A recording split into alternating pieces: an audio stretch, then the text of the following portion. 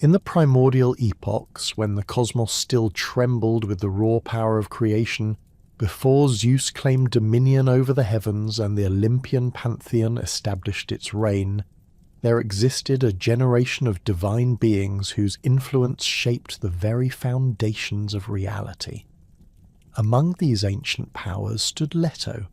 a figure whose quiet strength and luminous presence would eventually alter the course of divine history through her extraordinary offspring.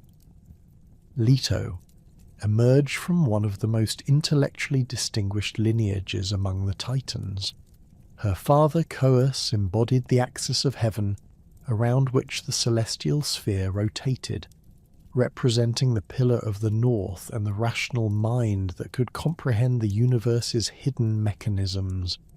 Ancient sources describe Coeus as the Titan who questioned and sought understanding, his very name derived from the concept of inquiry and intellectual curiosity.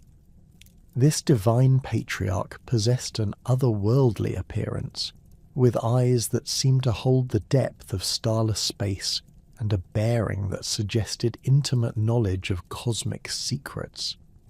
His domain extended beyond mere physical geography to encompass the mental realm where divine wisdom crystallized into comprehensible form. Phoebe, Leto's mother, commanded even greater reverence as the original holder of the oracle at Delphi, long before Apollo would claim that sacred site. She personified the bright intellect and prophetic illumination that could pierce through the veils of time itself. Ancient descriptions portray Phoebe as radiating a silvery luminescence that seemed to emanate from within her being, her presence accompanied by an almost tangible sense of prescience. Her hair flowed like liquid moonlight, and her voice carried the resonant quality of divine pronouncements that would echo through eternity. The prophetic gift that flowed through her bloodline represented not mere fortune-telling, but the profound ability to perceive the interconnected patterns that governed fate and destiny. From this remarkable parentage, Leto inherited a unique combination of intellectual clarity and intuitive wisdom that distinguished her among her titanic siblings. The convergence of Coeus's rational inquiry and Phoebe's prophetic insight created in their daughter a being capable of understanding both the logical structures underlying reality and the mysterious forces that transcended ordinary comprehension. This dual inheritance manifested in Leto's ability to perceive truth through multiple dimensions of awareness, making her counsel valuable to both mortals and immortals who sought guidance in navigating the complexities of existence. The name Leto itself carries profound significance that reveals essential aspects of her divine nature. Linguistic scholars trace its origins to the ancient Lycian term Lada,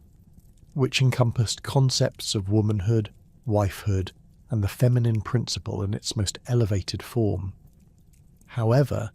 this etymology extends beyond simple marital status to embrace the archetypal feminine role as life-giver, nurturer, and keeper of sacred mysteries. In the Lycian context, Lada represented not subservience, but the powerful creative force that brought forth new life and sustained it through countless challenges. The name thus encoded Leto's destined role as a mother whose children would reshape the divine order itself. Alternative etymological interpretations connect Leto's name to concepts of hiddenness and concealment, reflecting her tendency toward discretion and her association with the veiled aspects of divine power. This hidden quality shouldn't be mistaken for weakness or insignificance. Rather, it represented the profound strength that operates through subtle influence rather than overt display. Like the moon that illuminates the night through reflected light rather than its own blazing radiance, Leto's power worked through gentle persistence and unwavering dedication to her sacred purposes. Among the complex hierarchy of titanic deities, Leto occupied a distinctive position that set her apart from her more dramatic siblings. While titans like Cronus wielded obvious temporal authority and others like Oceanus commanded vast physical domains, Leto's influence operated through more subtle channels. She embodied the qualities of maternal wisdom, protective instinct, and the kind of patient endurance that could outlast even the most violent upheavals. Her demeanour remained consistently gentle and measured, contrasting sharply with the explosive temperaments that characterized many of her divine relatives. This gentle nature should not be interpreted as passive weakness. Ancient sources consistently describe Leto as possessing an inner core of absolute determination that became apparent whenever circumstances threatened those under her protection. Her modesty and quiet bearing masked a will that proved unbreakable under even the most extreme pressure. When faced with persecution or danger, Leto displayed a kind of dignified resistance that drew strength from her deep connection to cosmic justice, rather than from mere personal pride or anger. The attribute of modesty that defined Leto's character represented a conscious choice rather than natural timidity. In an era when divine beings frequently engaged in spectacular displays of power and ego-driven conflicts, Leto's preference for discretion marked her as unusual among her peers.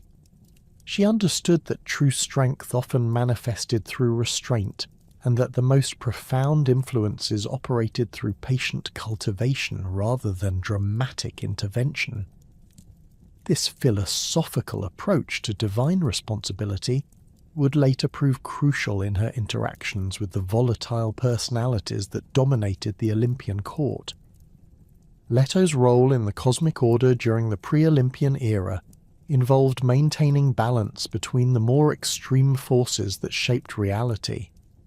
While her father Coeus explored the intellectual dimensions of existence, and her mother Phoebe channeled prophetic revelations, Leto served as a stabilizing influence that helped translate abstract divine principles into practical wisdom that could benefit both immortal and mortal beings. Her presence in divine councils brought a perspective that considered long-term consequences and the welfare of future generations rather than immediate gratification or temporary advantage. The prophetic abilities inherited from Phoebe manifested in Leto through a particular sensitivity to the currents of fate that would affect mothers and children. She possessed an intuitive understanding of the complex relationships between divine will and mortal experience, especially regarding the sacred bonds between parents and offspring. This specialized form of prescience allowed her to perceive not only what would happen, but also the deeper significance of events in terms of their impact on family relationships and generational continuity. Her connection to the feminine mysteries extended beyond personal maternal instincts to encompass the broader cosmic principles of fertility, protection, and nurturing growth. Ancient worshippers recognized Leto as a deity who understood the sacred nature of pregnancy, childbirth, and the early stages of child-rearing when vulnerability required divine protection. Her influence operated through the quiet moments of maternal care rather than the grand gestures that characterized other divine interventions. During the tumultuous period when Zeus began his ascension to supreme power, Leto maintained a careful neutrality that reflected her deep understanding of cosmic cycles. She recognized that the old order represented by her titanic relatives had fulfilled its purpose, and that new forms of divine authority would emerge to guide the next phase of cosmic evolution. This prescient awareness allowed her to navigate the dangerous political currents of divine revolution without compromising her essential nature or abandoning her fundamental principles. The wisdom traditions associated with Leto emphasize the importance of patient observation and careful timing in all significant undertakings. She taught that hasty action often produced unintended consequences, while thoughtful preparation and willingness to wait for favourable circumstances could achieve remarkable results with minimal disruption. This philosophy would prove essential during the trials that awaited her when she sought to bring her prophesied children into the world despite the opposition of jealous divine rivals. Leto's understanding of cosmic harmony extended to her relationships with other divine beings, where she consistently sought to minimize conflict through diplomatic wisdom rather than confrontational power. She possessed the rare ability to find common ground between opposing viewpoints and to suggest solutions that preserved the dignity of all parties involved. This diplomatic skill made her a valuable mediator in disputes that might otherwise have escalated into destructive divine warfare. The celestial lineage that produced Leto represented a perfect fusion of complementary divine attributes. The combination of Coeus's penetrating intellect and Phoebe's intuitive wisdom created in their daughter a being capable of bridging the gap between rational analysis and mystical understanding. This unique synthesis would prove crucial in her future role as mother to deities who would themselves embody the integration of seemingly contradictory divine principles. As the cosmic order prepared for its next evolutionary phase, Leto stood poised to play a pivotal role in shaping the character of the emerging Olympian pantheon. Her quiet strength, prophetic wisdom, and unwavering commitment to maternal protection would soon be tested in ways that would reveal the true depth of her divine nature and establish her eternal significance in the unfolding drama of divine history. The transformation of divine power from the ancient Titanic order to the emerging Olympian dynasty created unprecedented opportunities for alliances that would have been unthinkable in earlier epochs. Zeus, having successfully overthrown his father Cronus and secured his position as ruler of the heavens, found himself drawn to figures who represented the wisdom and stability of the old order, while possessing the flexibility to adapt to new realities. Among all the available divine companions, none captivated his attention more completely than Leto, whose unique combination of titanic heritage and forward-looking perspective made her an irresistible partner for the ambitious young sky god. The initial encounter between Zeus and Leto occurred during one of the diplomatic gatherings that followed the conclusion of the Titanomachy. Zeus, still consolidating his authority and seeking to establish peaceful relationships with those Titans who had remained neutral during the Great Conflict, recognized the value of cultivating alliances with figures like Leto, whose influence extended into realms he had not yet fully mastered. Her reputation for wisdom and her connection to prophetic traditions made her counsel particularly valuable as Zeus worked to establish the foundations of his new cosmic order. Zeus approached Leto with a combination of genuine respect and calculated political interest that gradually evolved into something far more profound and personal. Unlike his relationships with other divine beings, which often began with dramatic displays of power or passionate impulses, his courtship of Leto developed through extended conversations about the nature of divine responsibility and the proper governance of cosmic forces. These intellectual exchanges revealed depths of compatibility that surprised both participants and laid the groundwork for an emotional connection that transcended mere physical attraction or political convenience. The attraction Zeus felt toward Leto represented a marked departure from his typical romantic patterns. Where his other relationships often involved tempestuous personalities who matched his own dramatic intensity, Leto offered something entirely different, a calm centre of wisdom and stability that complemented rather than competed with his dynamic energy. Her gentle demeanour provided a respite from the constant political manoeuvring and power struggles that characterised his daily existence as ruler of the gods. In her presence, Zeus discovered he could set aside the aggressive posturing required by his position and explore more contemplative aspects of his divine nature. Leto's response to Zeus's attention reflected her characteristic thoughtfulness and awareness of larger cosmic patterns.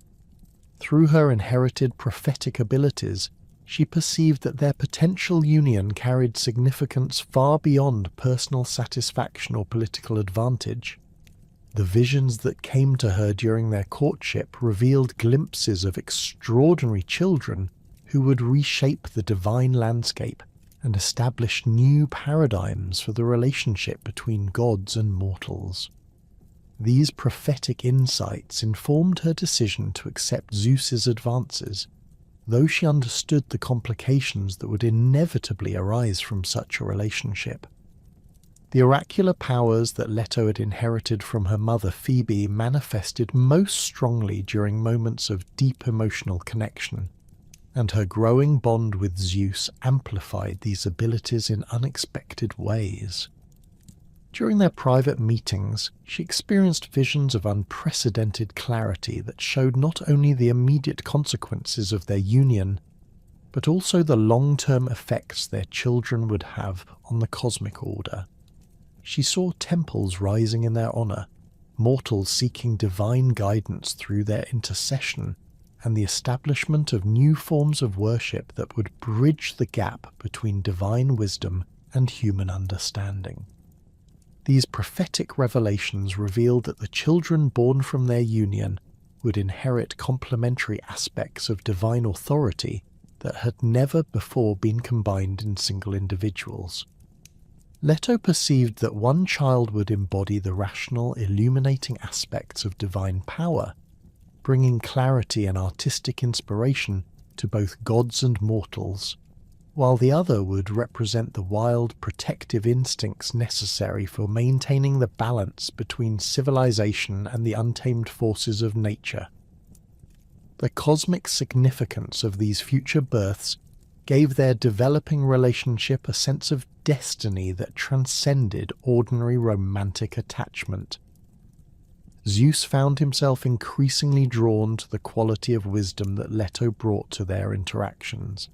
Her insights into the deeper patterns governing divine and mortal affairs provided him with perspectives he could obtain from no other source. Unlike the advisors who surrounded him with flattery or the rivals who challenged him with opposition, Leto offered honest counsel that took into account both immediate practical concerns and long-term cosmic consequences. Her ability to perceive the hidden connections between seemingly unrelated events proved invaluable as Zeus worked to establish stable governance over his expanding realm. The developing romance between Zeus and Leto also represented a symbolic bridge between the old and new divine orders. Their union demonstrated that the transition from Titanic to Olympian rule need not involve the complete destruction of ancient wisdom traditions. By choosing Leto as his partner, Zeus signalled his intention to incorporate the valuable aspects of Titanic knowledge into his new system of cosmic governance. This diplomatic gesture helped secure the loyalty of other neutral Titans, while establishing precedents for peaceful coexistence between different generations of divine beings. The physical manifestation of their relationship reflected the deeper spiritual and intellectual connection they had developed. Zeus, whose divine form typically radiated raw power and barely contained energy, found himself adopting a more measured and contemplative presence when in Leto's company. His usual tendency toward dramatic gestures and overwhelming displays of authority gave way to quieter expressions of affection that honoured Leto's preference for discretion and subtlety.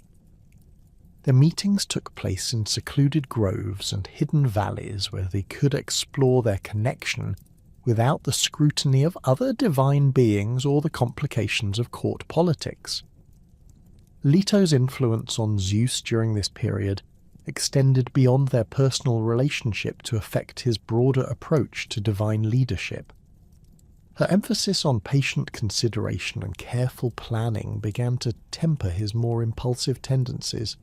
leading to more thoughtful decision-making in matters of cosmic governance. The wisdom she shared from her Titanic heritage helped Zeus understand the long-term cycles that governed divine affairs and the importance of maintaining balance between competing forces, rather than simply imposing his will through superior power.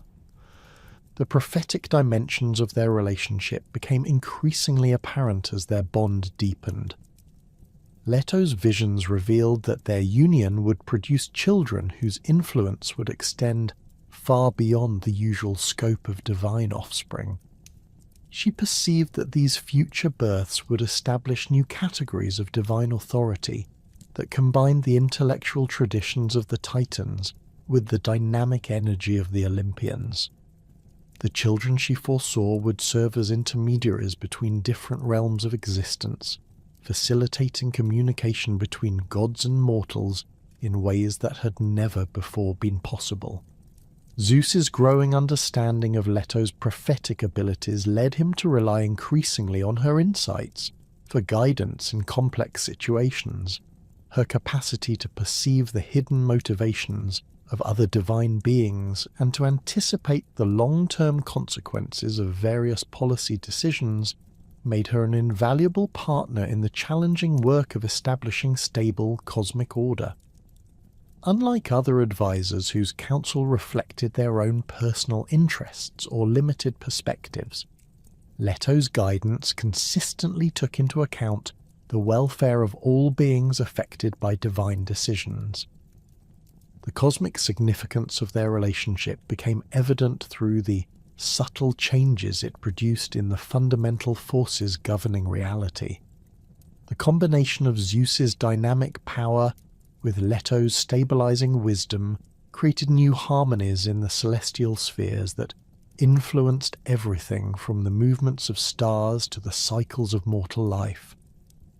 These changes, while not immediately obvious to casual observers, represented profound shifts in the underlying structures that would shape the character of the emerging age. As their relationship progressed from diplomatic courtesy through intellectual partnership to deep emotional and spiritual connection, both Zeus and Leto began to understand that they were participating in something far greater than a personal romance. The prophetic visions that guided their interactions revealed that their union represented a crucial step in the cosmic evolution that would determine the character of divine mortal relationships for ages to come.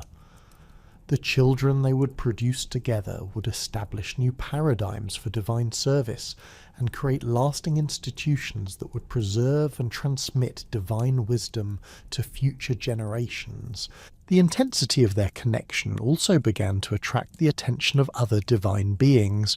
not all of whom viewed the developing relationship with approval. Hera,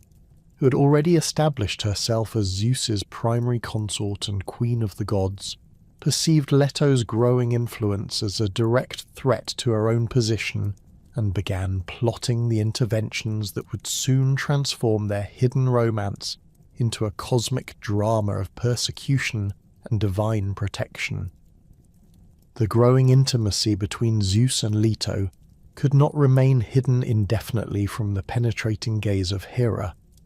whose position as Zeus's primary consort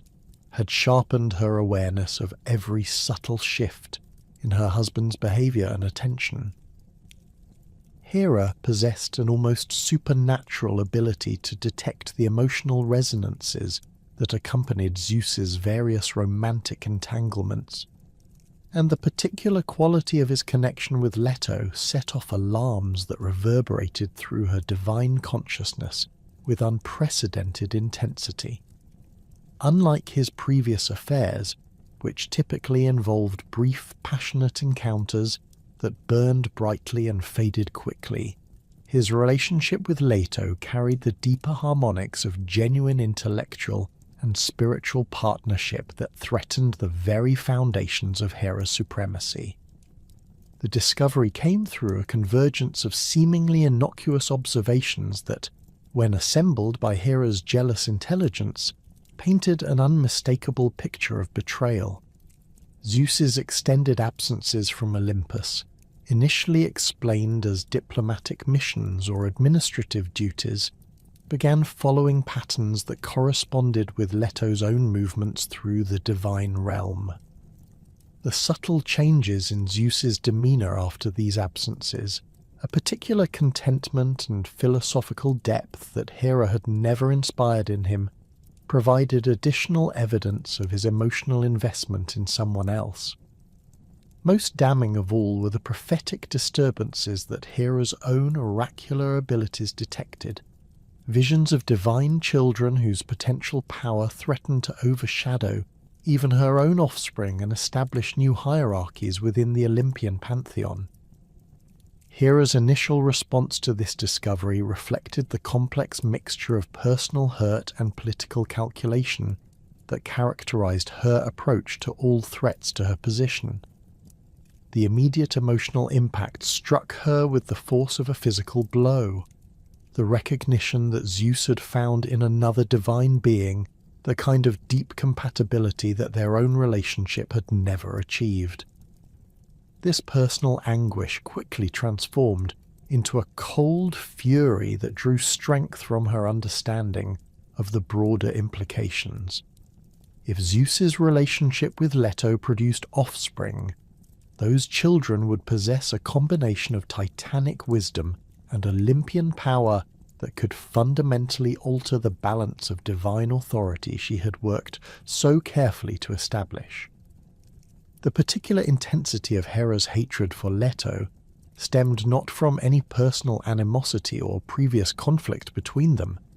but rather from her recognition of Leto's inherent nobility and the genuine nature of Zeus's feelings for her.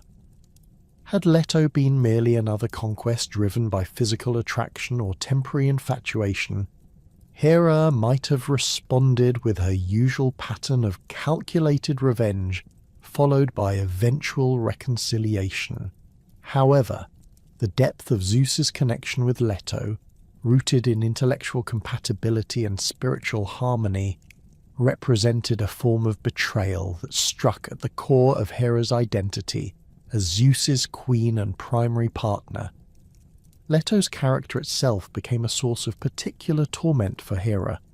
whose own relationship with Zeus had been built largely on political alliance and shared ambition, rather than the kind of natural affinity that drew him to the Titaness.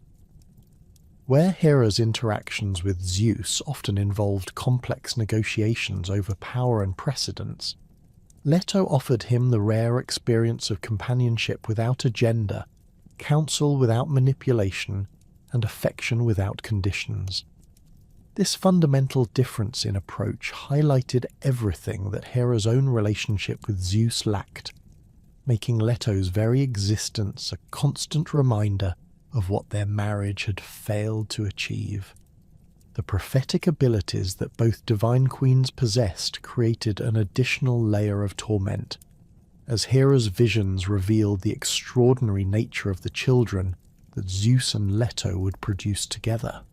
These glimpses into the future showed her offspring whose influence would extend far beyond the usual scope of divine children, establishing new forms of worship and creating lasting institutions that would preserve their parents' legacy for countless generations. The realization that Leto's children would achieve the kind of enduring significance that Hera's own offspring had thus far failed to attain added political urgency to her personal vendetta. Hera's response to this threat took the form of a comprehensive campaign designed to prevent Leto from successfully bringing her pregnancy to term. Rather than attempting direct confrontation with Zeus, which would have risked open conflict with the ruler of the gods, Hera chose to focus her efforts on making it impossible for Leto to find the safe haven necessary for divine childbirth.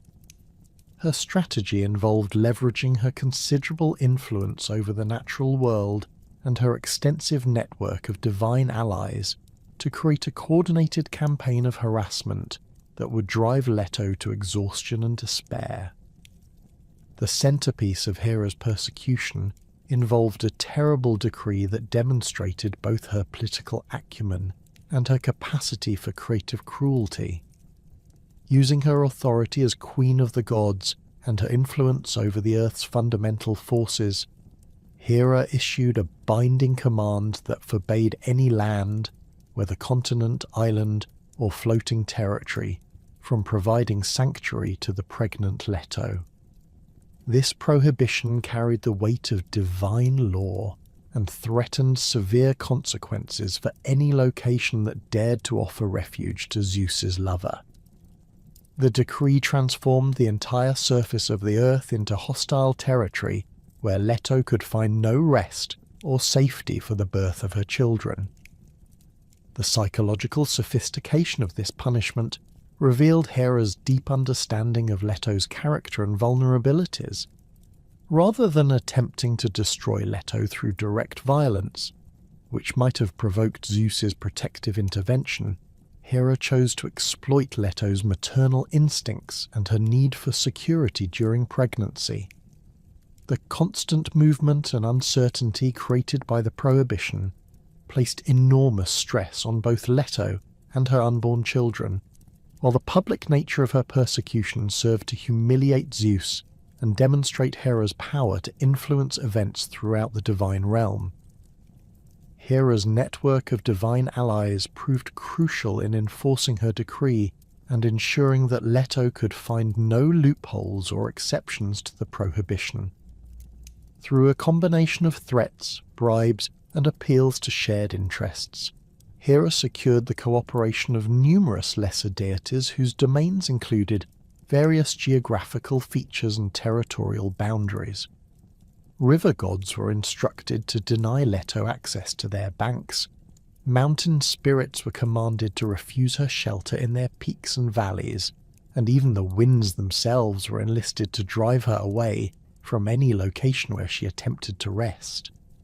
The enforcement of Hera's decree created a cascade of fear throughout the natural world that extended far beyond the immediate circle of divine beings directly involved in the persecution. Minor deities and nature spirits, recognizing the serious consequences that would follow any violation of Hera's prohibition, began actively working to ensure that Leto could find no sanctuary within their domains. This widespread compliance transformed what might have been a manageable challenge into an insurmountable obstacle that threatened to make Leto's pregnancy impossible to complete successfully. The addition of the serpent python to Leto's troubles represented another layer of Hera's strategic thinking, as the monstrous creature's presence at oracular sites eliminated potential sources of divine guidance and sanctuary that might otherwise have been available to the desperate Titaness. Python, a primordial being of immense size and malevolent intelligence, had established dominion over the sacred precinct at Delphi and other prophetic locations, making these traditional places of refuge inaccessible to Leto during her time of greatest need. The serpent's massive coils could span entire valleys. Its venomous breath could poison the air for miles around, and its supernatural awareness allowed it to detect approaching divine beings long before they could reach the safety of the oracle. Hera's arrangement with Python demonstrated her willingness to ally herself with forces that predated the current cosmic order in her determination to prevent Leto's successful childbirth. The serpent's ancient grudges against the newer generation of gods aligned perfectly with Hera's immediate objectives, creating a temporary partnership that served both parties' interests. Python's control over oracular sites not only denied Leto access to potential sanctuary, but also prevented her from receiving the prophetic guidance that might have revealed alternative solutions to her predicament. The psychological impact of this comprehensive persecution began to manifest in ways that threatened not only Leto's physical well-being, but also her mental stability and spiritual equilibrium. The constant movement required by Hera's prohibition prevented her from establishing the kind of peaceful environment that divine pregnancy typically required. While the knowledge that every land and territory had been turned against her created a sense of cosmic isolation that challenged even her remarkable inner strength. The weight of carrying children destined for greatness while being denied any secure place to bring them into the world created pressures that tested the limits of her endurance. Leto's wanderings during this period took her across vast distances as she searched desperately for any location that might offer temporary respite from Hera's relentless persecution. Her divine nature allowed her to traverse great distances without the physical exhaustion that would have overcome a mortal being, but the emotional and spiritual toll of constant rejection and hostility began to accumulate in ways that threatened her ability to maintain the pregnancy successfully.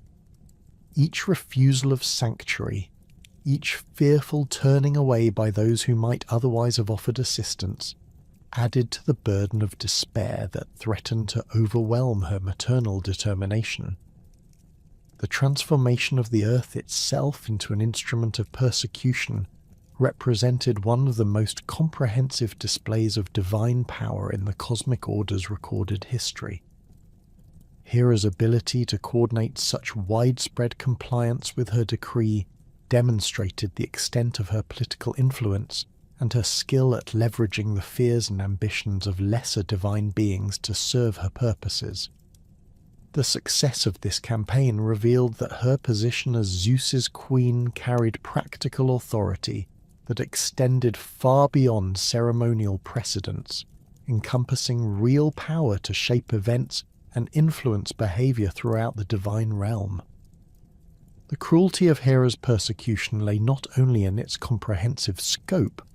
but also in its psychological sophistication, as she had designed a punishment that would cause maximum suffering, while avoiding the kind of direct violence that might have provoked Zeus's immediate intervention.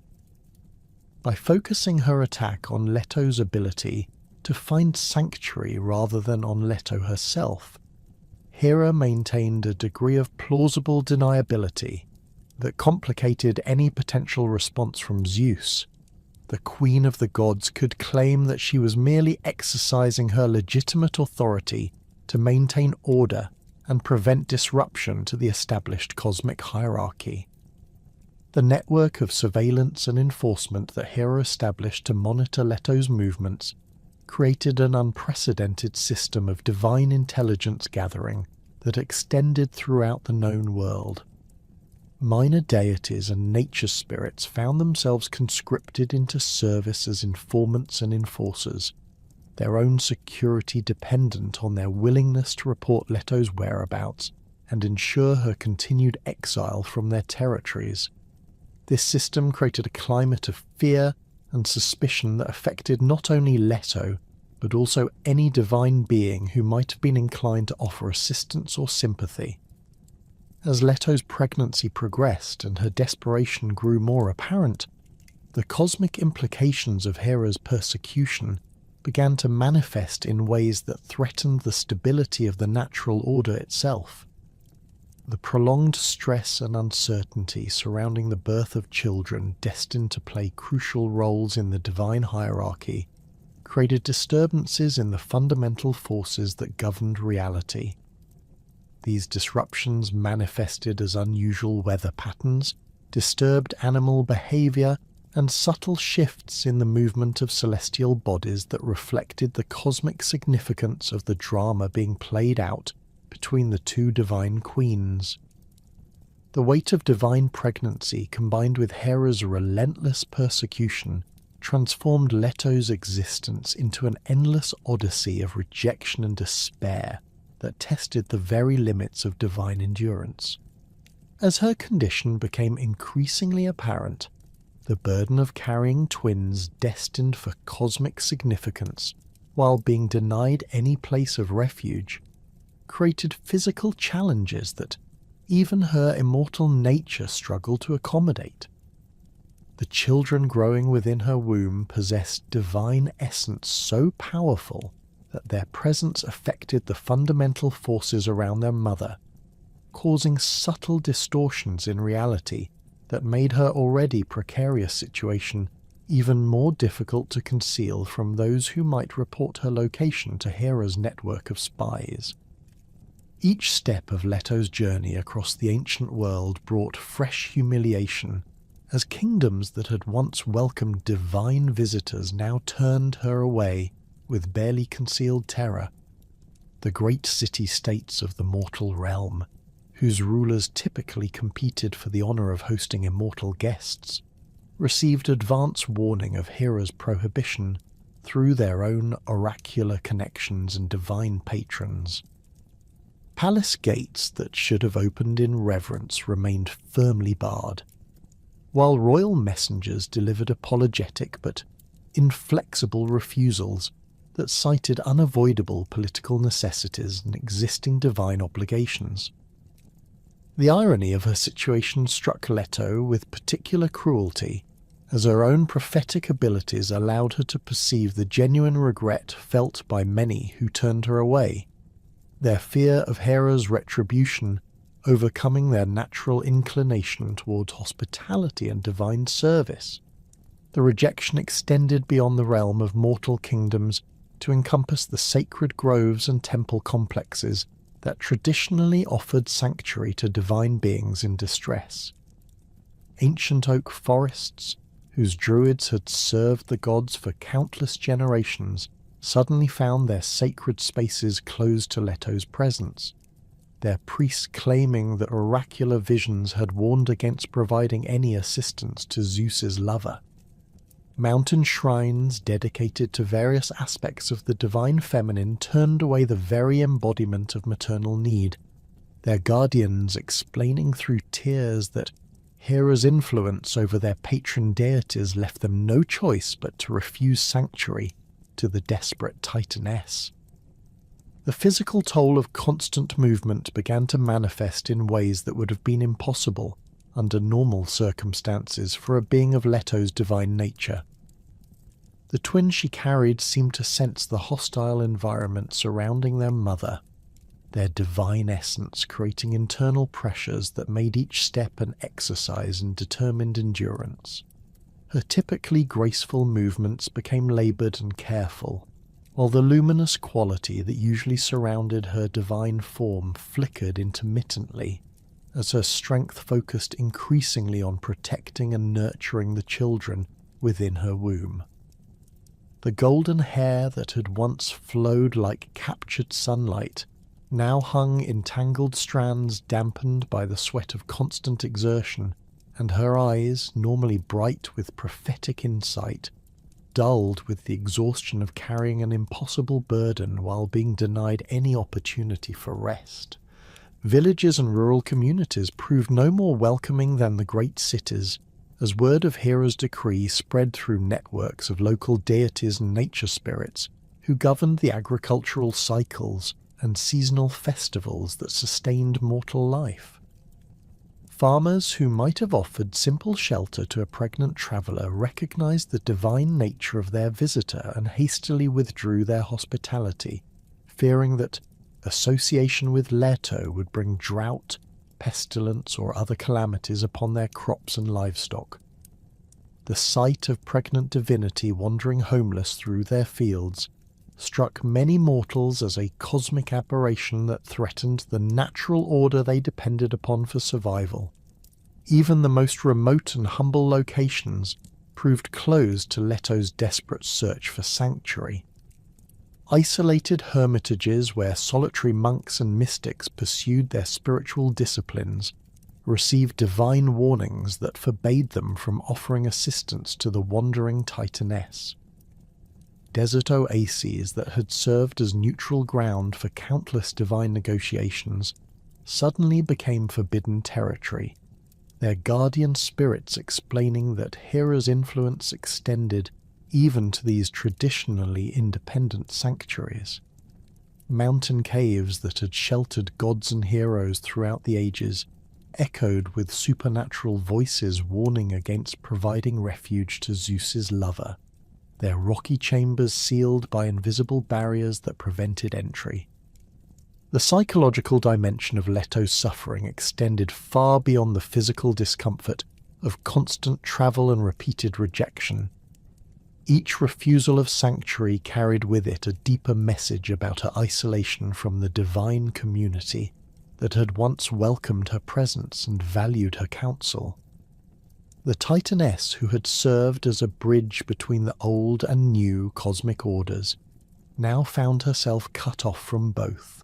Her former allies among the neutral Titans afraid to risk Hera's wrath, while the emerging Olympian hierarchy remained largely silent in the face of their queen's persecution campaign. This social isolation created a form of spiritual anguish that threatened to undermine her faith in the cosmic justice that had always guided her actions. The twins growing within Leto's womb seemed to respond to their mother's distress with increasing restlessness that manifested as powerful internal movements and energy surges that tested her ability to maintain physical stability. Their divine nature meant that they possessed awareness and capabilities far beyond those of ordinary unborn children, and their frustration at being confined while their mother suffered created additional challenges for the already overburdened Titaness. The prophetic visions that had once provided Leto with guidance and comfort now brought only glimpses of the greatness her children would achieve if they could successfully be born, making their current predicament even more tragic and urgent. Leto's wanderings took her across vast expanses of territory as she searched for any location that might offer temporary respite from Hera's comprehensive prohibition. She traversed the great mountain ranges where Titans had once held court, finding their ancient meeting places empty and cold, their stone circles radiating an aura of abandonment that reflected the changed cosmic order. The rivers that had once served as highways for divine travel now flowed with currents that seemed to actively push against her passage, their waters carrying messages of rejection from the river gods who governed their flow. Even the winds themselves seemed to conspire against her progress, creating headwinds that slowed her movement and carrying her scent to the network of spies and informants that Hera had established throughout the natural world. The great forest that had once provided shelter and sanctuary to countless divine beings now presented barriers rather than refuges, their trees creaking with supernatural voices that warned against harbouring Zeus's lover. Ancient groves where the first oracles had received their prophetic visions stood empty and silent, their sacred springs dried up by divine command, their stone altars cold and lifeless. The very landscape seemed to have turned against Leto, transforming familiar territories into hostile environments where her presence was neither wanted nor tolerated. Coastal regions that might have offered the possibility of escape by sea proved equally unwelcoming, as the sea gods who governed oceanic travel received explicit instructions to deny Leto passage on their waters. Harbour towns whose prosperity depended on divine favour of their maritime enterprises refused even to allow her near their docks,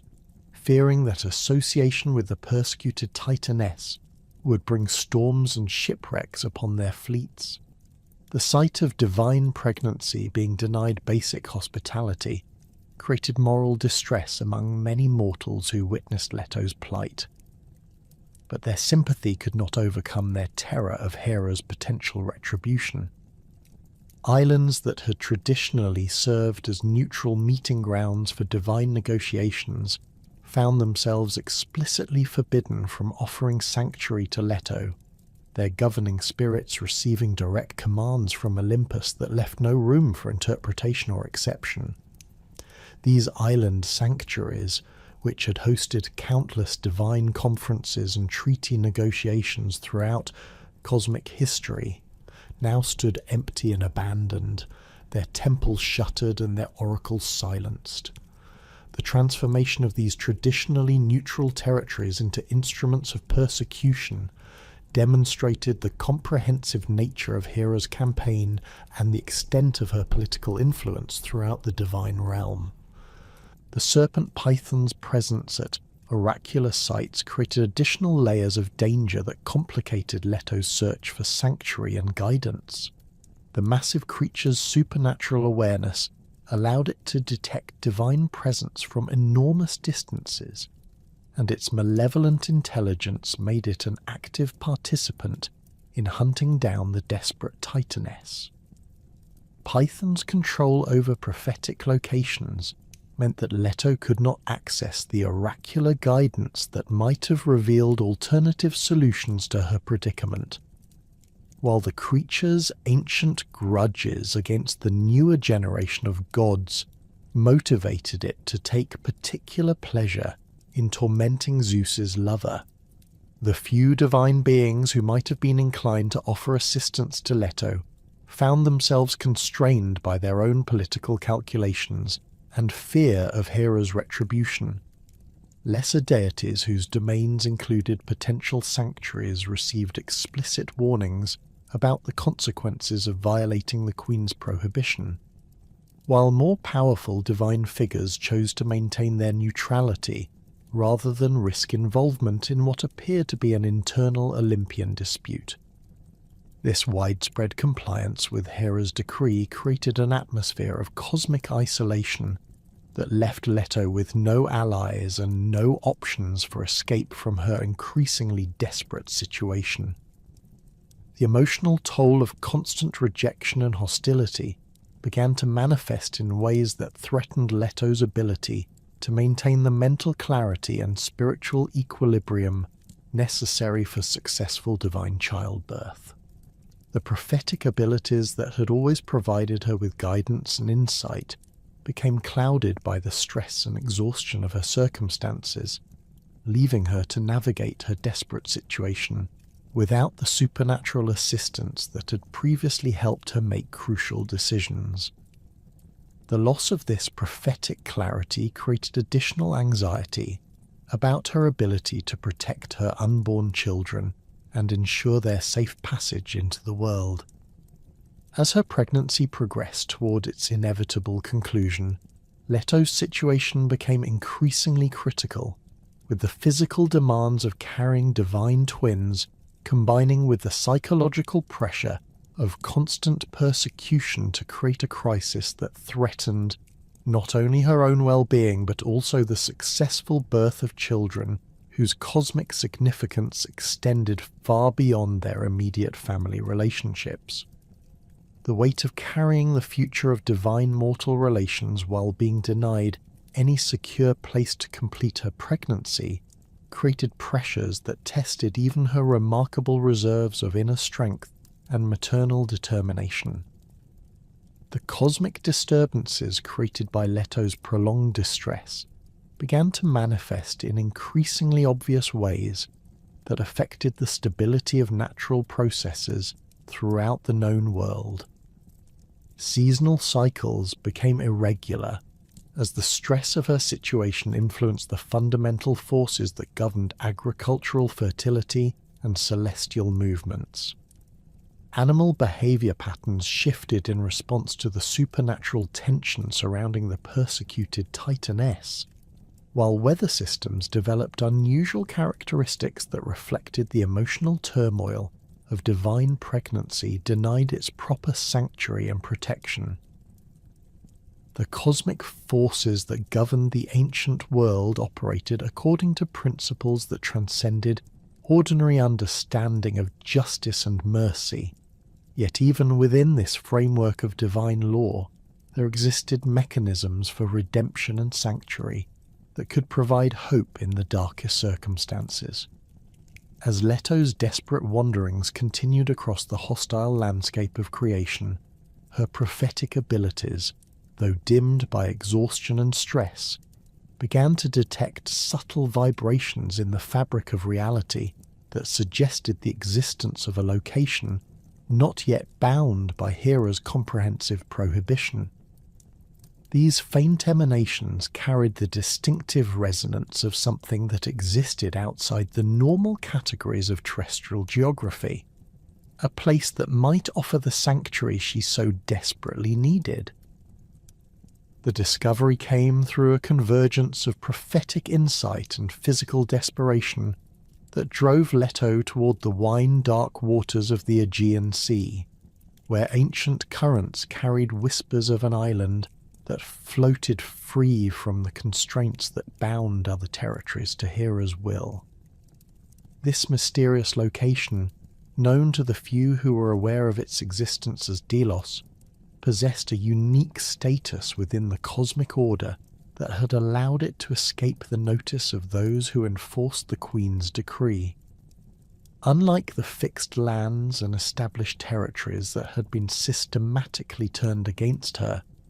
Delos wandered the seas according to its own mysterious purposes, its floating nature placing it in a category that Hera's prohibition had not specifically addressed. The island itself presented an extraordinary sight that defied conventional understanding of geographical formation and divine architecture. Delos appeared as a relatively small landmass, perhaps no more than a few miles in length and width, yet its surface contained features that suggested both great age and supernatural origin. The rocky foundation that formed its base rose directly from the ocean depths without the gradual shelving that characterized normal island formation, its shores dropping precipitously into waters so deep that their bottom could not be fathomed even by divine perception. The stone that composed its cliffs and interior formations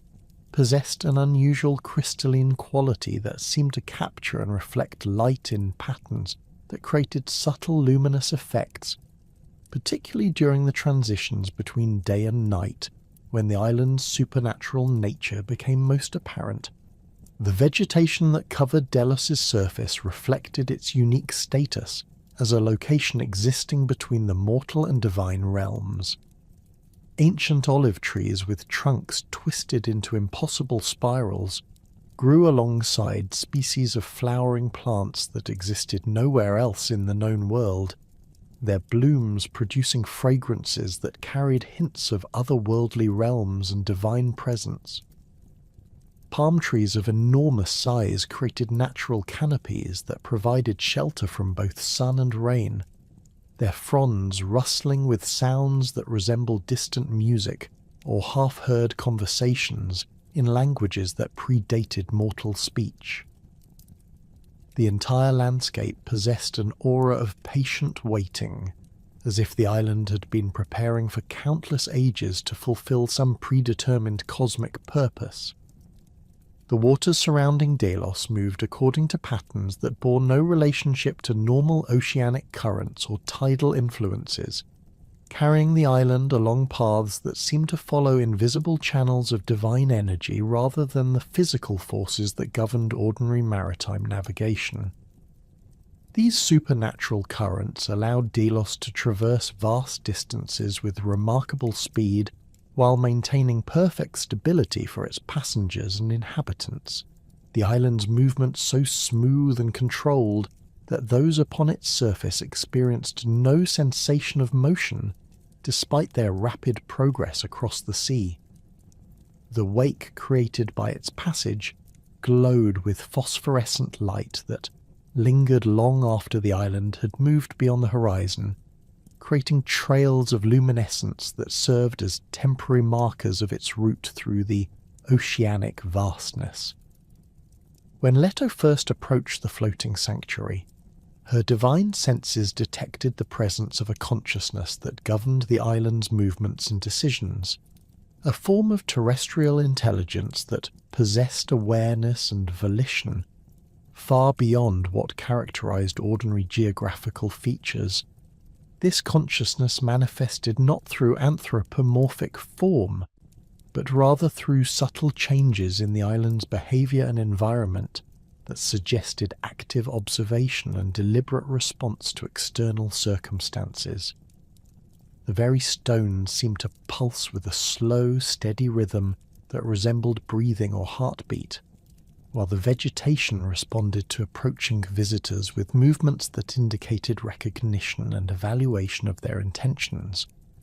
The negotiation that followed Leto's arrival at Delos represented one of the most extraordinary diplomatic encounters in the recorded history of divine terrestrial relations,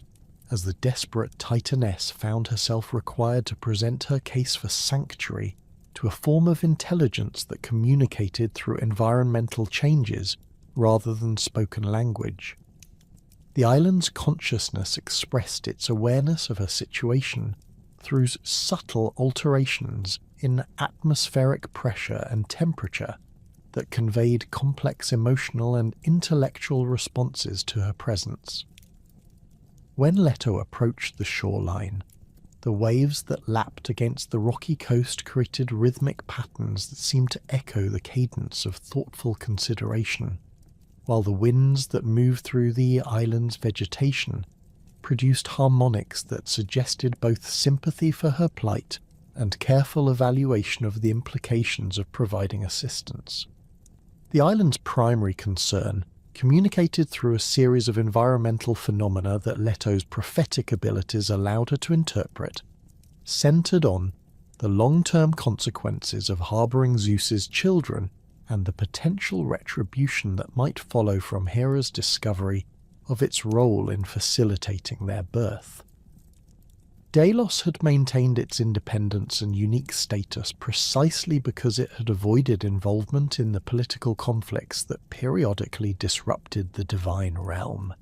and the consciousness that governed its existence understood that providing sanctuary to Leto would inevitably draw it into the complex web of Olympian politics and rivalries.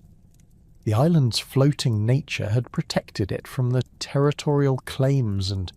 jurisdictional disputes that affected fixed lands, but harbouring the children of Zeus would establish connections that could not be easily severed. The negotiations took an unexpected turn when Delos expressed its willingness to provide the requested sanctuary in exchange for assurances that transcended ordinary diplomatic guarantees, demanding instead a cosmic oath that would establish its permanent significance within the emerging divine order. The island's consciousness, through patterns of light and shadow that played across its surface, communicated its desire to be honoured above all other places by the children Leto would bear, to serve as their primary sanctuary and the centre of their worship throughout all future ages. This demand reflected a sophisticated understanding of divine psychology and cosmic politics, as the island recognized that its best protection against future persecution lay not in continued obscurity, but in establishing itself as an indispensable element of the new religious and political order that Zeus's children would help create. Leto's response to these demands required her to draw upon prophetic insights that revealed the future significance of her unborn children and their potential to reshape the relationship between divine and mortal realms. Her vision showed her temples rising on Delos' shores, pilgrims arriving from across the known world to seek oracular guidance and divine blessing, and the island itself transformed from a wandering refuge into the beating heart of a new form of religious practice that would influence countless generations of worshippers. The magnitude of these future developments provided her with the confidence to offer the assurances that Delos required, promising that her children would indeed honour the island above all other places and establish it as the primary center of their divine activities. The formal agreement between Leto and Delos involved ritual elements that reflected both the gravity of their situation and the cosmic significance of the sanctuary being established. The island's consciousness required Leto to touch specific stones that had been shaped by millennia of oceanic weathering into forms that resembled primitive altars, each contact creating subtle vibrations that resonated through the island's geological foundation and established binding connections between the Titaness and the terrestrial intelligence that governed the floating sanctuary. These ritual touches were accompanied by prophetic visions that both parties shared, glimpses of future glory and significance that confirmed the wisdom of their alliance and the benefits that would flow from their mutual cooperation. The transformation of Delos from a wandering refuge into a fixed sanctuary required divine intervention that operated on scales far beyond ordinary magical manipulation, involving fundamental alterations to the cosmic forces that had previously kept the island in constant motion.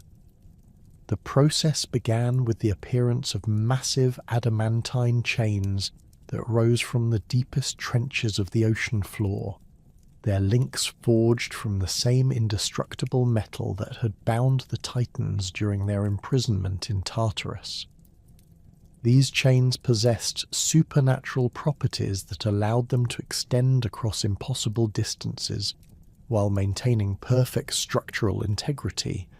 their adamantine composition ensuring that no force in the known universe could break or corrode their binding power. The attachment of these chains to Delos' foundation created a spectacular display of divine engineering that demonstrated the cosmic significance of the events taking place on the floating island. Each chain emerged from the ocean depths with a sound like thunder that rolled across the waters for hundreds of miles, their adamantine links gleaming with inner fire that illuminated the surrounding sea and created temporary daylight, even during the darkest hours of night. The chains themselves possessed a beauty that transcended mere functional necessity, their surfaces decorated with intricate patterns that told the story of cosmic creation and divine authority, while their massive links moved with a grace that belied their enormous weight and supernatural strength. The process of anchoring Delos required precise coordination between multiple cosmic forces, as the island's transformation from floating sanctuary to fixed location needed to occur without disrupting the delicate balance of oceanic currents and celestial influences that governed maritime navigation throughout the known world. The adamantine chains extended not merely downward into the ocean depths, but also outward in complex geometric patterns that distributed the island's weight across vast areas of the seafloor, creating a foundation system that could support the increased significance and divine activity that would soon center on the formerly wandering refuge. The moment of final anchoring created disturbances in the fundamental forces of reality that manifested as visible phenomena across vast areas of the ancient world, confirming the cosmic importance of Leto's sanctuary and the divine children who would soon be born upon its shores. The ocean waters surrounding Delos began to glow with phosphorescent light that pulsed in rhythm with the island's geological heartbeat, while the air above its surface shimmered with auroral displays that painted the sky in colours that had never before been seen in the mortal realm. These supernatural manifestations served as announcements to divine beings throughout creation that a new centre of cosmic significance had been established, a place where the emerging order would take root and flourish. The establishment of Delos as a fixed location also required the creation of protective barriers that would shield the island and its inhabitants from the various supernatural threats that might attempt to interfere with the divine births that were about to take place. These barriers took the form of invisible energy fields that surrounded the island at various distances and altitudes, creating multiple layers of defense against both physical attack and magical interference. The outermost barriers extended for miles beyond the island's shores, creating zones where hostile divine beings would find their powers diminished and their movements constrained, while the innermost protections focused specifically on the areas where Leto would give birth, establishing sanctified spaces that no malevolent force could penetrate. The transformation of Delos from wandering island to fixed sanctuary represented more than mere geographical change, encompassing fundamental alterations to its essential nature that prepared it for its new role as the primary centre of divine activity for Zeus's children. The island's consciousness, previously focused on the simple tasks of navigation and self-preservation, began to develop new capabilities that would allow it to serve as an active participant in the religious and oracular functions that would soon be established on its shores. The very stones of its foundation acquired enhanced sensitivity to divine presence and prophetic emanations, while its vegetation developed properties that would make it suitable for use in sacred rituals and healing practices. The anchoring of Delos created precedents for divine intervention in geographical formation that would influence cosmic politics for ages to come, demonstrating that the emerging Olympian order possessed both the power and the will to reshape physical reality in service of its broader objectives. The successful transformation of a wandering island into a fixed sanctuary showed other divine beings that Zeus's authority extended beyond mere political dominance to encompass fundamental control over the forces that govern terrestrial existence. This display of cosmic engineering served as both promise and warning, indicating that cooperation with the new order would be rewarded with unprecedented benefits, while resistance would face consequences that could alter the very foundations of reality. The completed sanctuary that emerged from these transformations represented a perfect fusion of natural beauty and supernatural functionality, providing Leto with the secure environment she needed for the birth of her divine children while establishing the foundation for religious institutions that would endure throughout the ages. The island's new status as a fixed location allowed for the construction of permanent structures and the establishment of ritual practices that would serve both immediate needs and long-term divine objectives,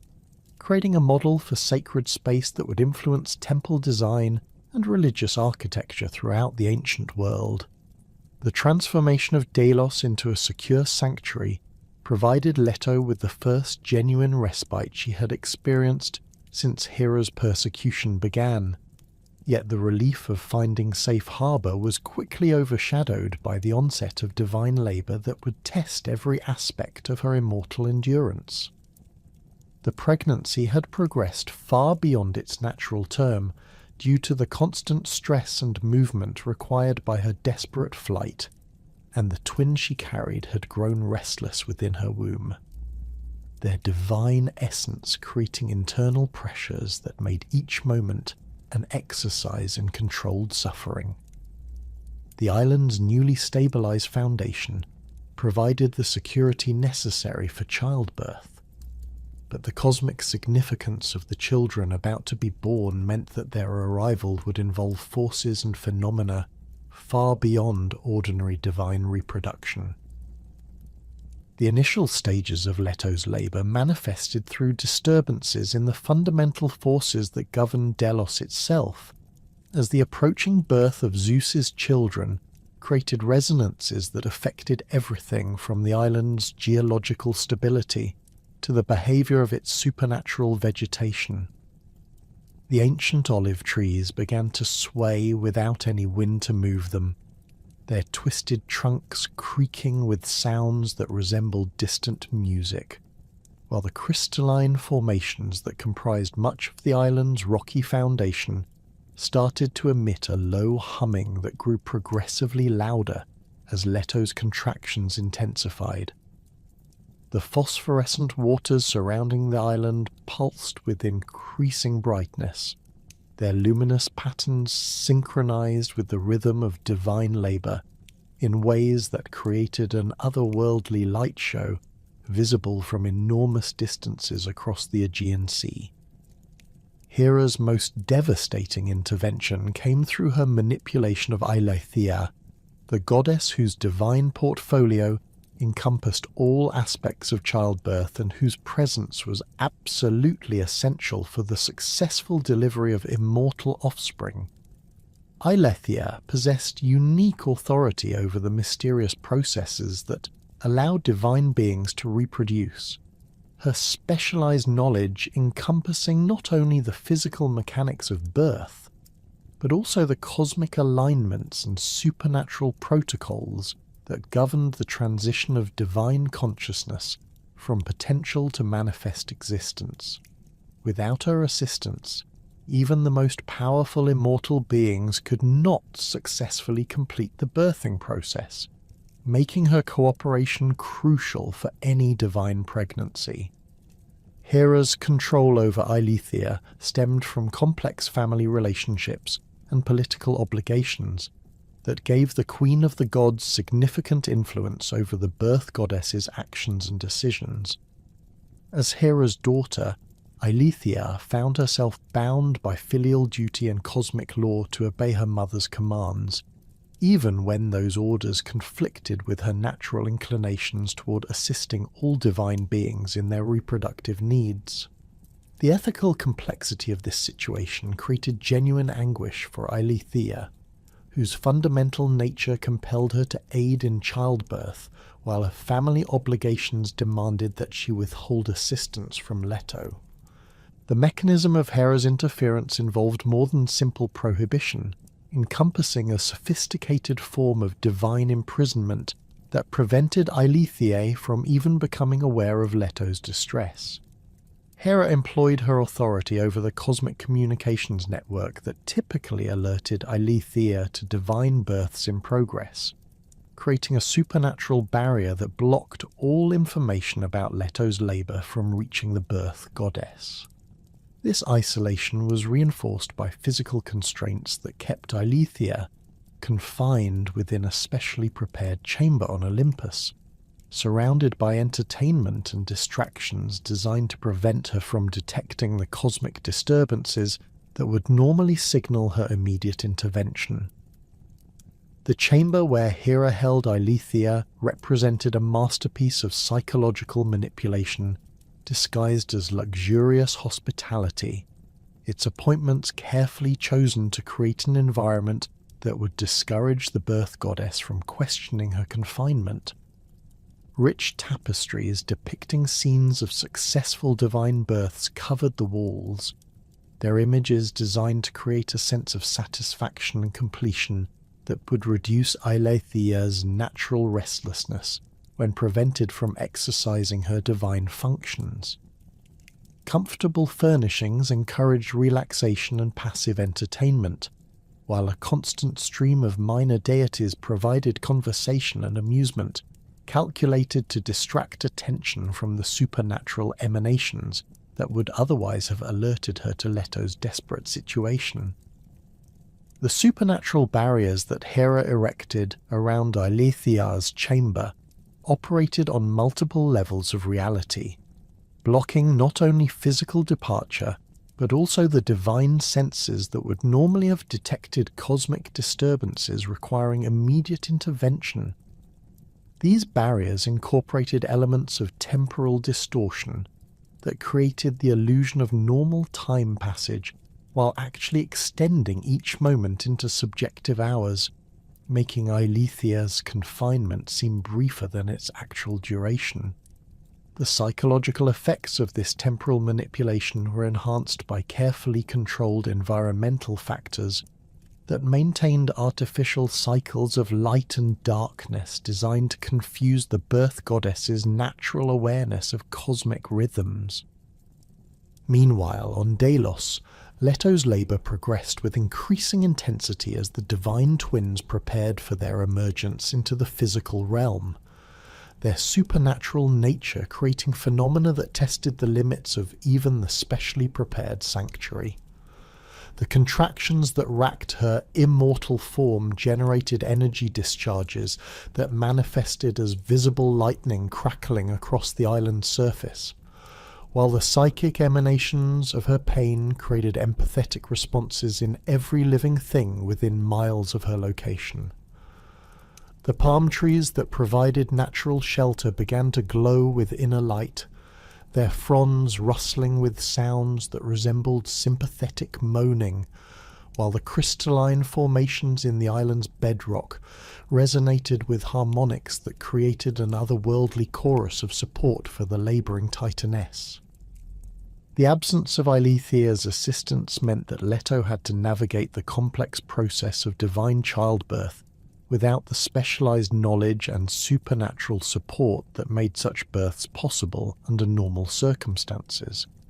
The physiological demands of bringing immortal beings into physical existence required precise coordination of cosmic forces and divine energies that typically fell within Eileithy's exclusive expertise, leaving Leto to rely on her own prophetic abilities and maternal instincts to guide her through procedures that no other divine being fully understood. The strain of attempting to manage both the physical and metaphysical aspects of divine birth created additional layers of suffering that compounded the already extraordinary challenges of her situation. The prolonged labour began to affect not only Leto, but also the unborn twins themselves, whose divine consciousness had developed sufficiently to experience frustration at their inability to complete the birth process without proper supernatural assistance. Their restless movements within Leto's womb created internal pressures that threatened to tear apart the delicate balance of forces required for successful divine reproduction, while their emotional distress manifested as psychic emanations that influenced weather patterns across vast areas of the ancient world. Storms began to form spontaneously over distant lands, their lightning strikes creating patterns that reflected the twins' agitation, while oceanic currents developed unusual characteristics that carried their supernatural influence to shores hundreds of miles from Delos. The cosmic significance of the delayed birth began to manifest through increasingly dramatic disturbances in the fundamental forces that governed reality, as the prolonged confinement of beings destined to reshape the divine order created tensions that affected everything from celestial movements to the behaviour of mortal civilizations. Agricultural cycles became irregular as the supernatural stress surrounding the birth influenced the natural rhythms that governed plant growth and animal reproduction, while human societies experienced unexplained episodes of collective anxiety that reflected the cosmic distress emanating from the floating sanctuary. These widespread effects served as unintentional announcements of the extraordinary events taking place on Delos, drawing the attention of divine beings who had previously remained unaware of Leto's situation. The intervention that would ultimately resolve the crisis began through the compassionate initiative of several goddesses whose own maternal instincts were aroused by the supernatural emanations of Leto's prolonged suffering. Iris, the rainbow goddess whose role as a divine messenger gave her access to information throughout the cosmic realm, became aware of the situation through her regular monitoring of supernatural disturbances that might require Olympian attention. Her investigation revealed not only Leto's desperate circumstances, but also the artificial nature of Eileithy's absence, leading her to recognize the deliberate cruelty underlying Hera's persecution campaign. The coalition that formed to assist Leto represented an unprecedented alliance of divine beings who were willing to risk Hera's wrath in order to prevent what they recognized as a cosmic injustice that threatened the stability of the natural order itself. Themis, the Titaness of divine law and proper custom, provided the legal framework that justified intervention in what might otherwise have been considered an internal Olympian dispute.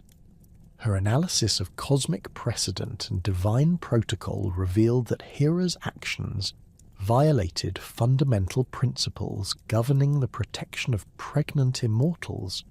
creating grounds for legitimate opposition to the Queen's persecution campaign.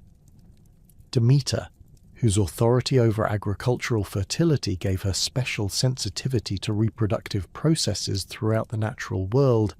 contributed her expertise in the supernatural forces that governed birth and growth, while Rhea, the ancient mother goddess whose own experiences with divine childbirth provided crucial insights, offered practical knowledge about the specific procedures required for successful immortal reproduction. The combination of their various specialties created a body of collective expertise that could potentially substitute for Eileithyia's unique abilities, though the goddesses understood that their intervention would require careful coordination and considerable personal risk. The plan they developed involved a carefully orchestrated assault on the barriers that Hera had erected around Eileithyia's chamber, combined with a simultaneous effort to provide direct assistance to Leto during the final stages of her labour. The complexity of this operation required precise timing and absolute secrecy, as discovery by Hera before the births were completed would result in even more severe persecution for both Leto and her divine allies. The goddesses recognized that their success would depend not only on their combined power,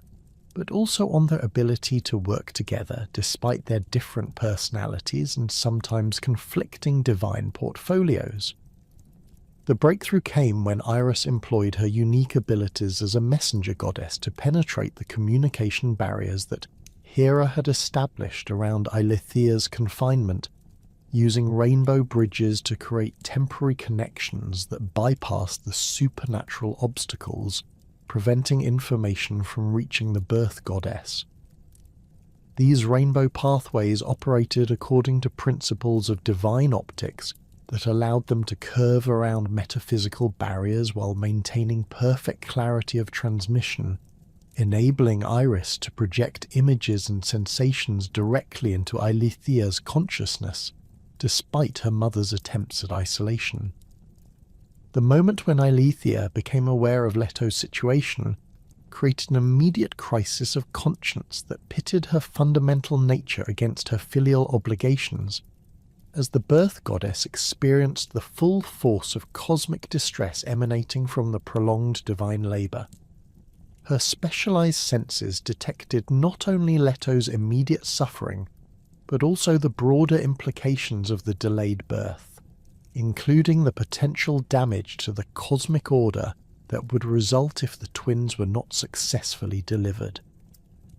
The magnitude of these consequences forced her to confront the ethical implications of her continued compliance with Hera's commands, leading to a moment of moral clarity that overcame her previous reluctance to defy her mother's will. The escape from Hera's chamber required Eileithyia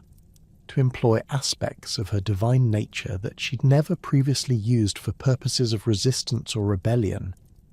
as her specialized knowledge of birth processes included understanding of the cosmic forces that could be manipulated to overcome supernatural barriers.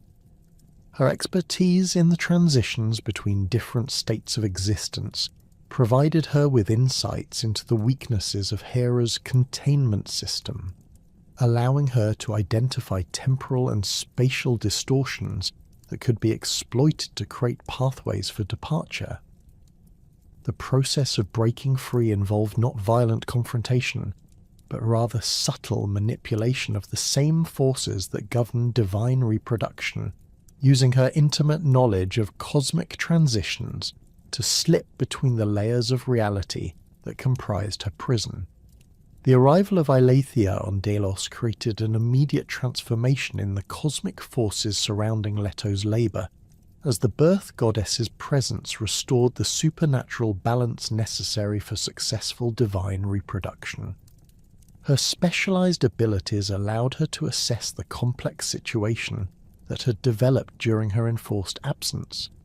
identifying the specific interventions required to guide the twins safely through the final stages of their emergence into physical existence. The relief that Leto experienced upon seeing the birth goddess was so intense that it manifested as visible changes in the island's environment, with the crystalline formations suddenly blazing with renewed light, while the surrounding waters began to pulse with rhythms that matched her restored hope. The process of divine birth that followed Eileithyia's intervention involved phenomena that transcended ordinary understanding of reproductive physiology, as the emergence of immortal beings from the realm of potential into manifest existence required the coordination of cosmic forces that operated on scales far beyond mortal comprehension. The first twin to begin the birth process was Apollo, whose solar nature meant that his emergence would be accompanied by displays of light and energy that would announce his arrival to divine beings throughout creation. The initial signs of his imminent birth manifested as golden radiance that began to emanate from Leto herself, her immortal form becoming translucent as the divine light of her sun prepared to break through into the physical realm. The moment of Apollo's actual emergence created a spectacular display of supernatural phenomena that transformed Delos into a beacon visible across vast distances, as the newborn god's solar essence interacted with the island's crystalline formations to create light effects of unprecedented beauty and intensity. The golden radiance that accompanied his birth was not merely visual, but encompassed electromagnetic emanations across the entire spectrum of divine perception, creating auroral displays that painted the sky in colours that had never before existed in the mortal realm. The very air around the birth site began to shimmer with musical harmonics that reflected Apollo's future dominion over artistic inspiration and creative expression, while the temperature rose to levels that would have been unbearable for mortal beings, but created perfect conditions for divine nativity. Apollo's first moments of independent existence were marked by manifestations of supernatural awareness and power that demonstrated his immediate readiness to assume his cosmic responsibilities, as the newborn god emerged not as a helpless infant, but as a fully formed divine being whose consciousness encompassed complete understanding of his nature and destiny. His first breath created winds that carried the scent of divine inspiration across the ancient world, while his first cry produced musical tones that established new harmonics in the cosmic symphony that governed celestial movements. The golden hair that crowned his perfectly formed head caught and reflected light in patterns that seemed to encode prophetic messages, while his eyes blazed with inner fire that revealed his solar nature and his future role as the god of illumination and rational thought. The immediate proclamation of his divine domains occurred through supernatural phenomena that required no verbal announcement, as Apollo's essential nature manifested through changes in the fundamental forces surrounding his birth site. The appearance of a golden lyre that materialized from pure light demonstrated his authority over music and artistic inspiration, while the spontaneous growth of laurel trees around the birth site established his connection to prophetic wisdom and poetic achievement. The silver bow that appeared in his infant hands, crafted from moonbeams and stellar radiance, proclaimed his role as the divine archer whose arrows would carry both healing and destruction according to the demands of cosmic justice. The cosmic changes that accompanied Apollo's birth extended far beyond the immediate vicinity of Delos,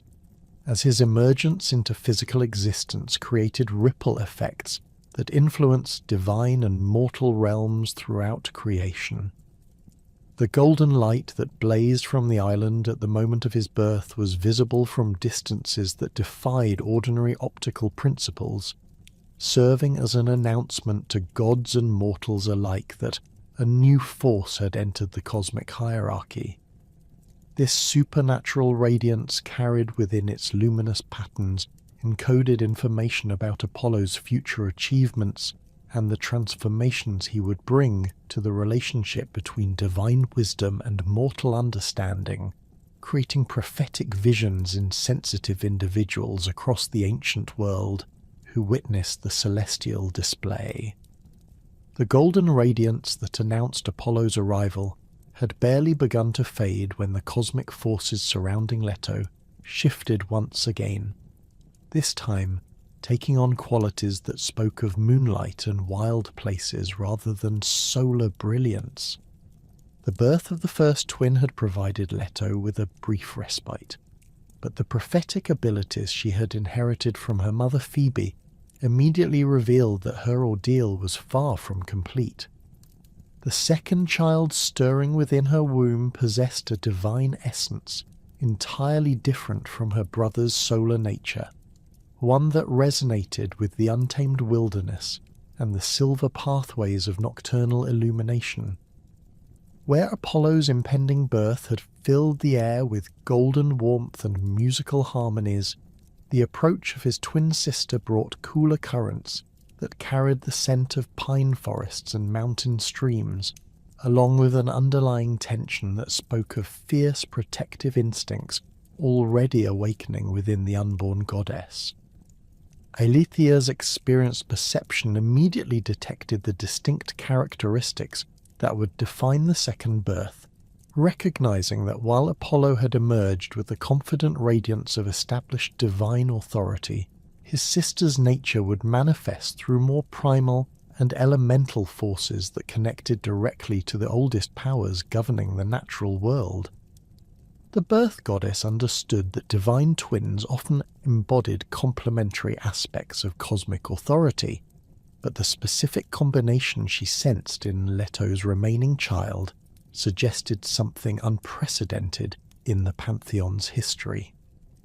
This second twin carried within her essence not merely another solar deity or gentle lunar goddess,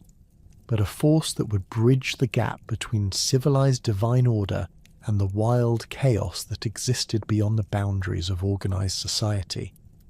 The contractions that marked the beginning of Artemis's birth process created phenomena entirely different from those that had accompanied her brother's emergence, as her connection to untamed nature manifested through changes in the island's wildlife and vegetation that reflected her future dominion over all creatures that lived beyond mortal domestication. The olive trees that had glowed with golden light during Apollo's birth now rustled with sounds that resembled the movement of unseen animals through dense undergrowth, while the crystalline formations in Delos's bedrock began to emit calls that echoed the hunting cries of wolves and the fierce screams of hunting birds. The phosphorescent waters surrounding the island took on silvery qualities that pulsed in rhythm with Leto's labour, their luminous patterns creating the impression of moonlight dancing on moving water, even though the actual moon remained hidden behind clouds that had gathered spontaneously, as if summoned by the approaching birth. The most remarkable aspect of Artemis's emergence was the speed and decisiveness with which she completed the birth process, her divine nature already demonstrating the quick reflexes and immediate action that would characterize her future role as the divine huntress. Where Apollo's birth had involved gradual building of cosmic forces and spectacular displays of accumulated power, Artemis burst into existence with the sudden swiftness of an arrow released from a perfectly drawn bowstring. The moment of her actual emergence was marked not by prolonged celestial phenomena, but by an instantaneous transformation of the immediate environment that reflected her immediate assumption of protective responsibilities toward her exhausted mother. Artemis's first independent action demonstrated the fierce loyalty and protective instincts that would define her relationship with Leto throughout eternity, as the newborn goddess immediately turned her attention to her mother's continued suffering,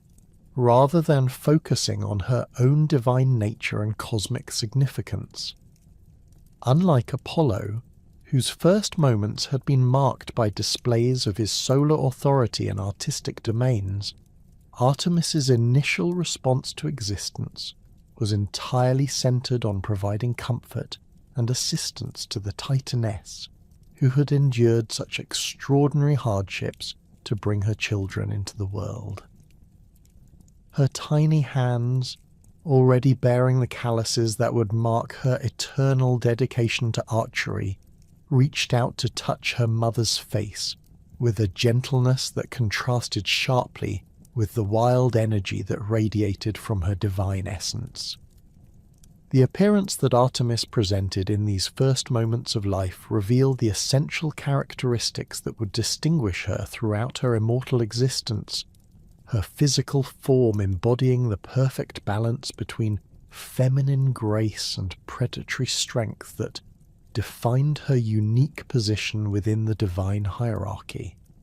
Her hair gleamed with the silver radiance of moonlight filtered through forest canopies, its texture carrying the wild freedom of wind moving through mountain peaks,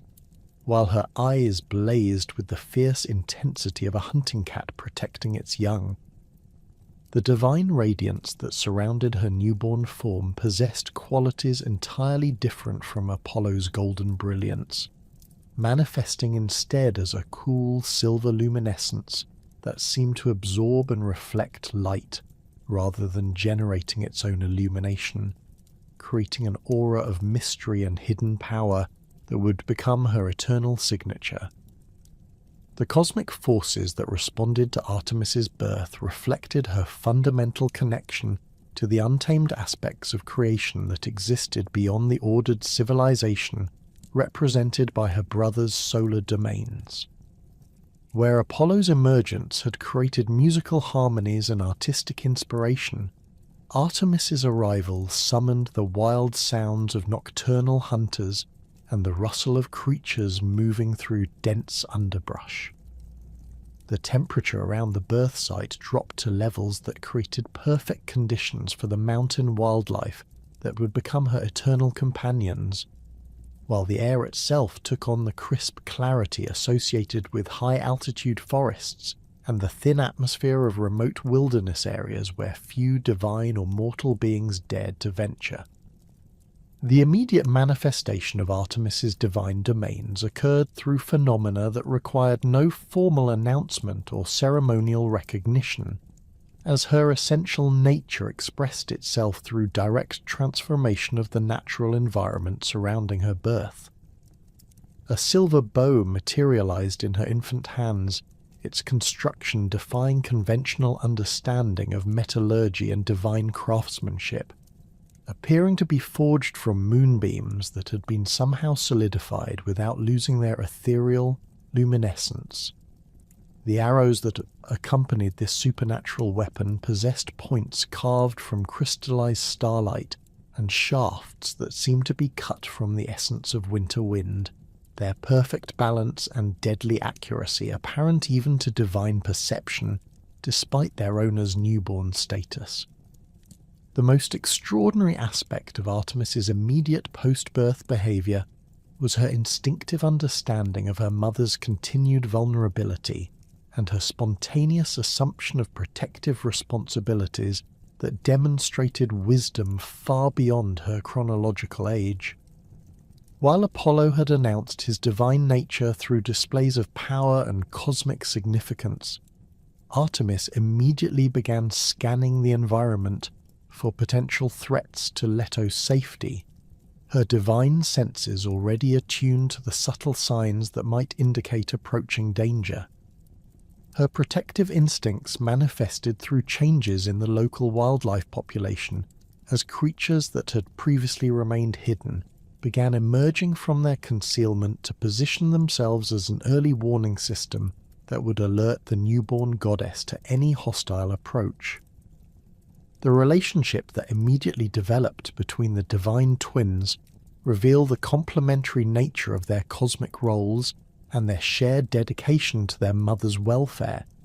though their approaches to protection and service reflected their fundamentally different divine natures. Apollo's concern for Leto expressed itself through efforts to heal the physical and emotional trauma she had endured during her persecution, his solar energy providing warmth and comfort that helped restore her strength after the ordeal of divine childbirth.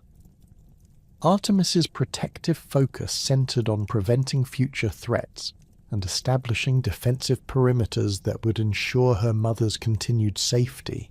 her connection to wild creatures and natural environments providing early warning systems and escape routes that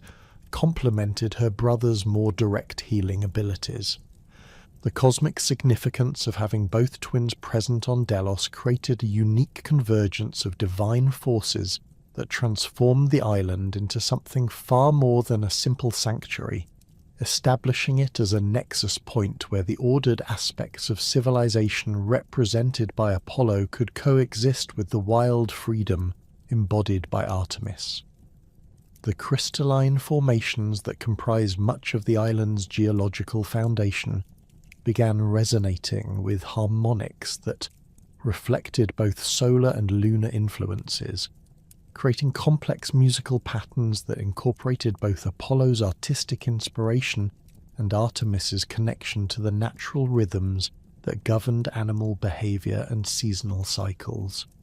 The immediate bond that formed between Artemis and the various creatures that inhabited Delos demonstrated her instinctive understanding of her role as protector of all wild things, as animals that had previously remained hidden began approaching the newborn goddess with a confidence that suggested recognition of her divine authority over their welfare. Deer emerged from the island's interior forests to bow before her with gestures that resembled formal acknowledgement of her sovereignty, while hunting birds circled overhead in patterns that created natural aerial patrols around the birth site. Even the marine life in the waters surrounding Delos began exhibiting behavioral changes that reflected Artemis's influence, with dolphins and seals positioning themselves to serve as aquatic sentries that would detect any approaching threats from the sea. The protective instincts that Artemis displayed towards Leto extended beyond immediate physical safety to encompass a deeper understanding of her mother's emotional and spiritual needs after the trauma of prolonged persecution and difficult childbirth. The newborn goddess seemed to possess intuitive knowledge of the specific comfort measures that would be most effective in helping Leto recover from her ordeal, her actions demonstrating a sophisticated understanding of maternal psychology that transcended ordinary divine wisdom. She positioned herself to provide both physical warmth and emotional reassurance, her presence serving as a constant reminder that Leto was no longer alone and vulnerable but protected by a daughter whose fierce loyalty would never waver regardless of external circumstances. The manifestation of Artemis's future role as eternal virgin and independent goddess began immediately after her birth through her instinctive rejection of any suggestion that she might eventually submit to male authority or traditional feminine roles within the divine hierarchy. Even as a newborn, her divine essence radiated a quality of absolute self-determination that made it clear she would never accept subordination to any other being, regardless of their power or status within the cosmic order. This independence was not expressed through rebellion or defiance, but rather through a natural assumption of autonomy that seemed as fundamental to her nature as her connection to wild places and hunting. The silver radiance that surrounded Artemis created environmental effects that complemented rather than competed with Apollo's golden illumination, demonstrating the perfect balance that existed between the divine twins despite their contrasting natures. Where Apollo's light brought warmth and clarity that encouraged growth and artistic creation, Artemis's luminescence provided the cool illumination necessary for nocturnal activities and the kind of patient observation required for successful hunting. The combination of their different forms of divine radiance created lighting conditions on Delos that made it possible for both diurnal and nocturnal activities to proceed simultaneously, establishing the island as a place where the normal boundaries between day and night became fluid and negotiable. The immediate response of the natural world to Artemis's birth extended far beyond the boundaries of Delos itself, as her divine essence created ripple effects that influenced wildlife behavior across vast areas of the ancient world. Hunting animals in distant forests began exhibiting increased coordination and success in their predatory activities, while pregnant creatures throughout the Mediterranean region experienced easier births that reflected the new goddess's protective influence over all aspects of reproduction and maternal care. These widespread effects served as announcements of her divine nature that reached sensitive individuals across multiple continents, creating the first stirrings of worship and recognition that would eventually develop into formal religious practices centered on her unique combination of hunting prowess and protective maternal instincts. The weapons that appeared with Artemis's birth represented not merely symbols of her divine authority, but functional instruments whose supernatural properties reflected the specific nature of her cosmic responsibilities. The silver bow possessed the ability to adjust its draw weight and arrow velocity according to the requirements of each shot, whether the target required gentle correction or lethal punishment,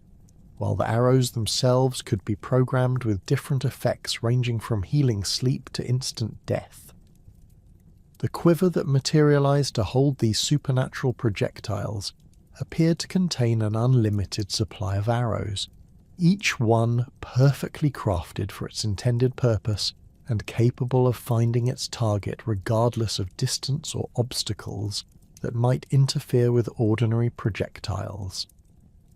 The hunting skills that Artemis would later demonstrate throughout her divine career were already apparent in her newborn behavior, as she instinctively began tracking the movements of various creatures around the birth site with the focused attention of an experienced predator. Her divine senses could detect subtle changes in animal behavior that indicated emotional states, health conditions, and potential threats,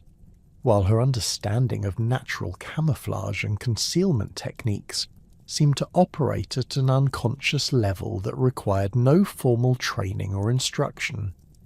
These abilities manifested through her positioning and movement patterns, which automatically took advantage of available cover and sightlines in ways that maximized her ability to observe her surroundings while minimizing her visibility to potential threats. The relationship between Artemis and Apollo that emerged in their first hours of existence established patterns that would define their eternal partnership as complementary aspects of divine authority, their different approaches to power and responsibility, creating a balanced system that could address both the civilized and wild aspects of cosmic governance. Apollo's inclination toward direct intervention and dramatic display provided the visible leadership that mortals and immortals alike could easily recognize and follow, while Artemis's preference for subtle influence and behind-the-scenes protection created the security framework that allowed her brother's more public activities to proceed without interference from hostile forces. The cosmic changes that accompanied the birth of both divine twins created a new category of divine influence that had never before existed within the pantheon, as their combined presence on Delos established precedents for the kind of balanced authority that could bridge the gap between different aspects of divine responsibility without creating the conflicts that typically arose when powerful immortals attempted to share overlapping domains. The success of their immediate cooperation in protecting and comforting Leto demonstrated that their complementary natures could produce results that exceeded what either could achieve independently, setting the stage for future collaborations that would reshape the relationship between divine power and mortal welfare throughout the ancient world. The peaceful sanctuary of Delos, where Apollo and Artemis had taken their first breaths and established their divine natures, could not contain the restless energy that began to manifest in the young gods as they grew beyond their initial newborn state. Within days of their birth, both twins displayed capabilities that far exceeded those of ordinary divine offspring, their consciousness expanding rapidly to encompass full awareness of their cosmic significance, and the circumstances that had led to their mother's persecution. Apollo's solar essence burned with increasing intensity as his understanding of justice and divine order crystallized into focused determination, while Artemis's connection to the wild places of creation sharpened her awareness of threats and her instinctive drive to eliminate dangers before they could harm those under her protection. The transformation of the divine twins from newborns to active participants in cosmic affairs occurred with supernatural speed that reflected their inherited power from both Zeus's Olympian authority and Leto's titanic wisdom.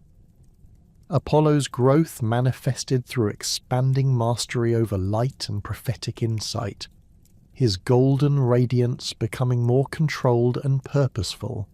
as he learned to channel his solar nature into specific applications of divine power. His understanding of music and artistic inspiration developed simultaneously with his grasp of rational thought and logical analysis, creating a unique combination of creative and intellectual abilities that would define his future role as the god of enlightenment and cultural advancement. Artemis's development followed entirely different patterns that emphasized practical skills and protective instincts over the more contemplative aspects of divine authority that characterized her brother's evolution. Her silver bow grew in size and power as her physical form matured, while her arrows multiplied and diversified to meet increasingly complex requirements for precision and effect. The wild creatures that had initially gathered around her birth site began forming organized groups under her leadership, their natural behaviors modified by divine influence to create coordinated systems of surveillance and defense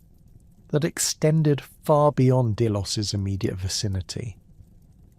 The first clear indication of the twins' readiness to assume active roles in cosmic affairs came through their shared recognition that Leto's suffering demanded retribution against those responsible for her persecution. Their prophetic abilities, inherited from their grandmother Phoebe's oracular lineage, revealed the full scope of Hera's campaign against their mother and identified the specific individuals and entities that had participated in denying her sanctuary during her desperate flight across creation. This knowledge crystallized into a burning sense of injustice that transcended ordinary filial loyalty, encompassing a deeper understanding of cosmic balance and the necessity of punishing those who violated fundamental principles of divine hospitality and maternal protection. Apollo's response to these revelations took the form of systematic planning that drew upon his rational nature and prophetic insights to identify the most effective methods for addressing each aspect of their mother's persecution. His solar consciousness could perceive the interconnected relationships between various participants in Hera's campaign, revealing weak points and vulnerabilities that could be exploited to maximum effect while minimizing the risk of escalating conflicts that might endanger Leto or destabilize the broader cosmic order. The golden light that surrounded him began taking on qualities of focused intensity that resembled concentrated sunlight capable of burning through any obstacle that stood between him and his objectives. Artemis's approach to vengeance reflected her more direct and immediate response patterns, her hunting instincts identifying specific targets that required elimination or punishment without the complex strategic considerations that occupied her brother's more analytical mind. Her connection to wild places and untamed creatures provided her with intelligence networks that extended throughout the natural world, allowing her to track the movements and activities of those who had wronged Leto with precision that exceeded even Apollo's prophetic abilities. The silver arrows in her quiver began displaying specialized characteristics designed for particular targets, their supernatural properties adapting to the specific vulnerabilities of each intended victim. The primary focus of both twins' vengeful attention centered on Python, the massive serpent whose control over oracular sites had prevented Leto from accessing traditional sources of divine sanctuary and guidance during her persecution. This ancient creature represented everything that the young gods found most offensive about the old chthonic order that had preceded their father's rise to cosmic supremacy. Python's dominion over prophetic locations violated Apollo's emerging understanding of his own destined role as the primary source of oracular wisdom, while the serpent's malevolent pleasure in tormenting pregnant immortals triggered Artemis's fierce protective instincts on behalf of all mothers who might face similar persecution in the future. Python itself was a creature of such immense proportions and supernatural malevolence that its very existence posed a constant threat to the stability of divine mortal relations throughout the ancient world. The serpent's body stretched for miles across the sacred precinct at Delphi, its scales each the size of warrior shields and harder than the finest bronze, while its eyes blazed with the accumulated hatred of countless centuries spent in opposition to the newer generation of gods. The creature's intelligence far exceeded that of ordinary monsters, encompassing sophisticated understanding of cosmic politics and divine psychology that made it a formidable opponent capable of psychological manipulation as well as physical destruction. The serpent's breath carried venomous properties that could poison not only physical bodies but also spiritual essence and prophetic clarity, creating zones of corruption around its lair that made it impossible for a pure divine influence to operate effectively. This supernatural toxicity had transformed much of the Delphic region into a wasteland where normal oracular functions could not take place, denying mortals access to the prophetic guidance they required for important decisions, while simultaneously preventing other divine beings from establishing alternative sources of wisdom and revelation. Python's presence at this crucial nexus of divine-mortal communication represented a bottleneck that restricted the flow of divine wisdom to the mortal realm in ways that served the serpent's agenda of maintaining chaos and preventing the establishment of stable religious institutions. The creature's ancient grudges against Zeus and the Olympian order stemmed from its origins in the primordial chaos that had preceded the current cosmic arrangement, making it a representative of forces that actively opposed the kind of organized divine authority that Zeus sought to establish. Python's control over Delphi was not merely territorial but ideological, representing resistance to the concept that divine wisdom should be channeled through organized religious practices rather than remaining wild and unpredictable. The serpent's malevolent intelligence understood that destroying its dominance over oracular sites would represent a crucial step in establishing the new cosmic order that Zeus's children were destined to create. Apollo's decision to challenge Python directly reflected his growing understanding of his destined role as the primary source of organized prophetic wisdom in the emerging divine hierarchy, a responsibility that required him to claim control over the most important oracular sites and establish new patterns of divine mortal communication.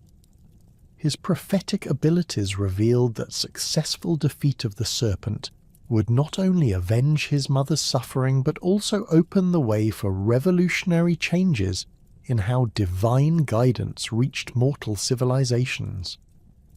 The golden bow that materialized in his hands as he prepared for this confrontation possessed supernatural properties specifically designed to penetrate Python's armored hide and counter the creature's venomous defenses.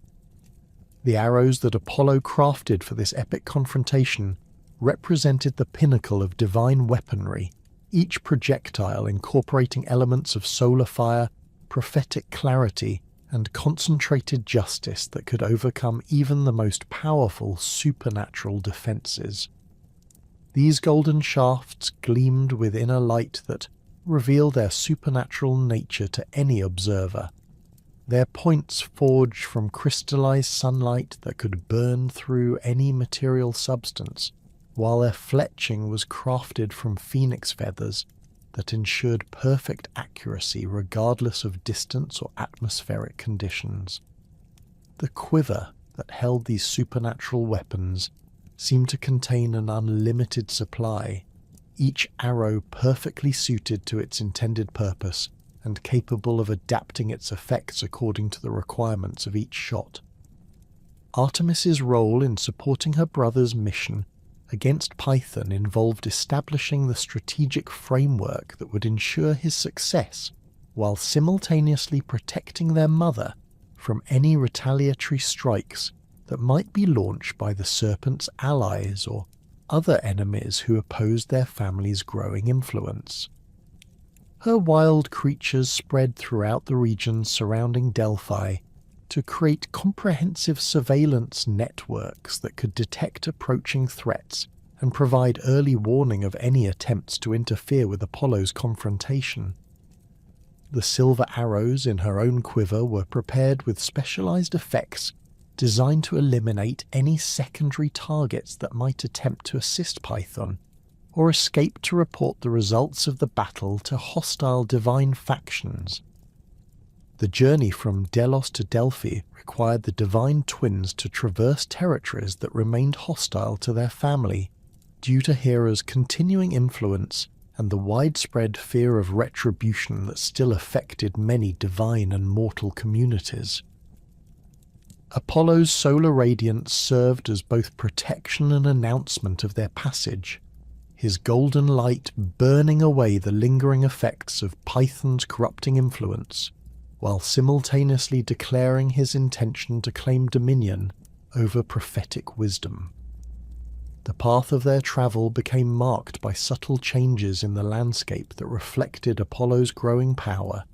with withered vegetation returning to life and polluted water sources clearing as his purifying influence countered the serpent's toxic emanations. Artemis moved through the same territories using entirely different methods that emphasize concealment and surprise rather than her brother's more direct approach, her connection to wild places allowing her to navigate through regions where open travel would have attracted unwanted attention from those who still feared Hera's retribution. The animals that served as her scouts and messengers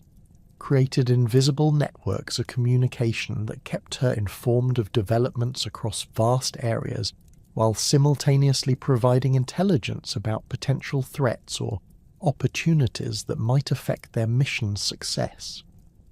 The approach to Delphi itself required careful planning, as the twins recognized that Python's supernatural awareness would detect their presence long before they reached the actual confrontation site, giving the serpent time to prepare defenses and potentially summon allies who might complicate their mission. Apollo's prophetic abilities reveal the optimal timing for their assault, identifying celestial alignments and cosmic conditions that would maximize his solar powers while minimizing Python's ability to draw strength from chthonic sources. The golden light that surrounded him began taking on qualities of focused intensity that resembled concentrated sunlight, capable of penetrating even the deepest shadows where the serpent might attempt to hide.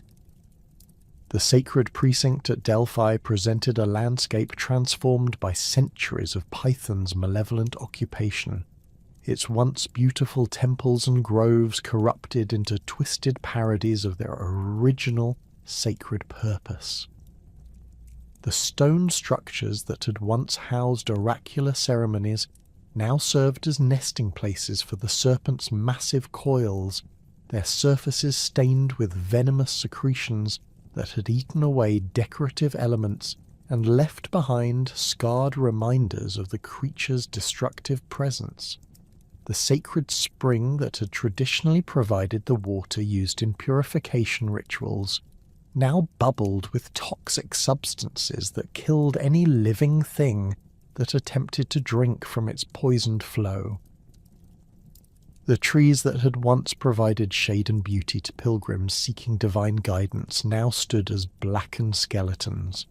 their bark stripped away by the serpent's acidic breath, and their branches twisted into shapes that resembled instruments of torture rather than natural growth patterns. The very ground around Python's lair had become barren and lifeless, its soil so saturated with supernatural toxins that nothing could grow within miles of the creature's resting place. The air itself carried the stench of corruption and decay that made breathing difficult even for divine beings, while the constant low rumbling of the serpent's movement created vibrations that prevented peaceful rest or contemplation. Python's awareness of the approaching twins manifested through increased agitation that sent tremors through the earth for miles around Delphi, the creature's massive form shifting position as it prepared for the confrontation that its ancient intelligence recognized as inevitable. The serpent's eyes, each larger than a temple door and glowing with malevolent fire, began scanning the approaches to its lair with focused attention that revealed its understanding of the threat posed by Zeus's children. The creature's supernatural senses could detect the distinctive emanations of divine power that surrounded Apollo and Artemis, allowing it to prepare specific defenses designed to counter their particular abilities and fighting styles. The serpent's preparations for battle involved drawing upon chthonic powers that connected it to the deepest foundations of the earth itself,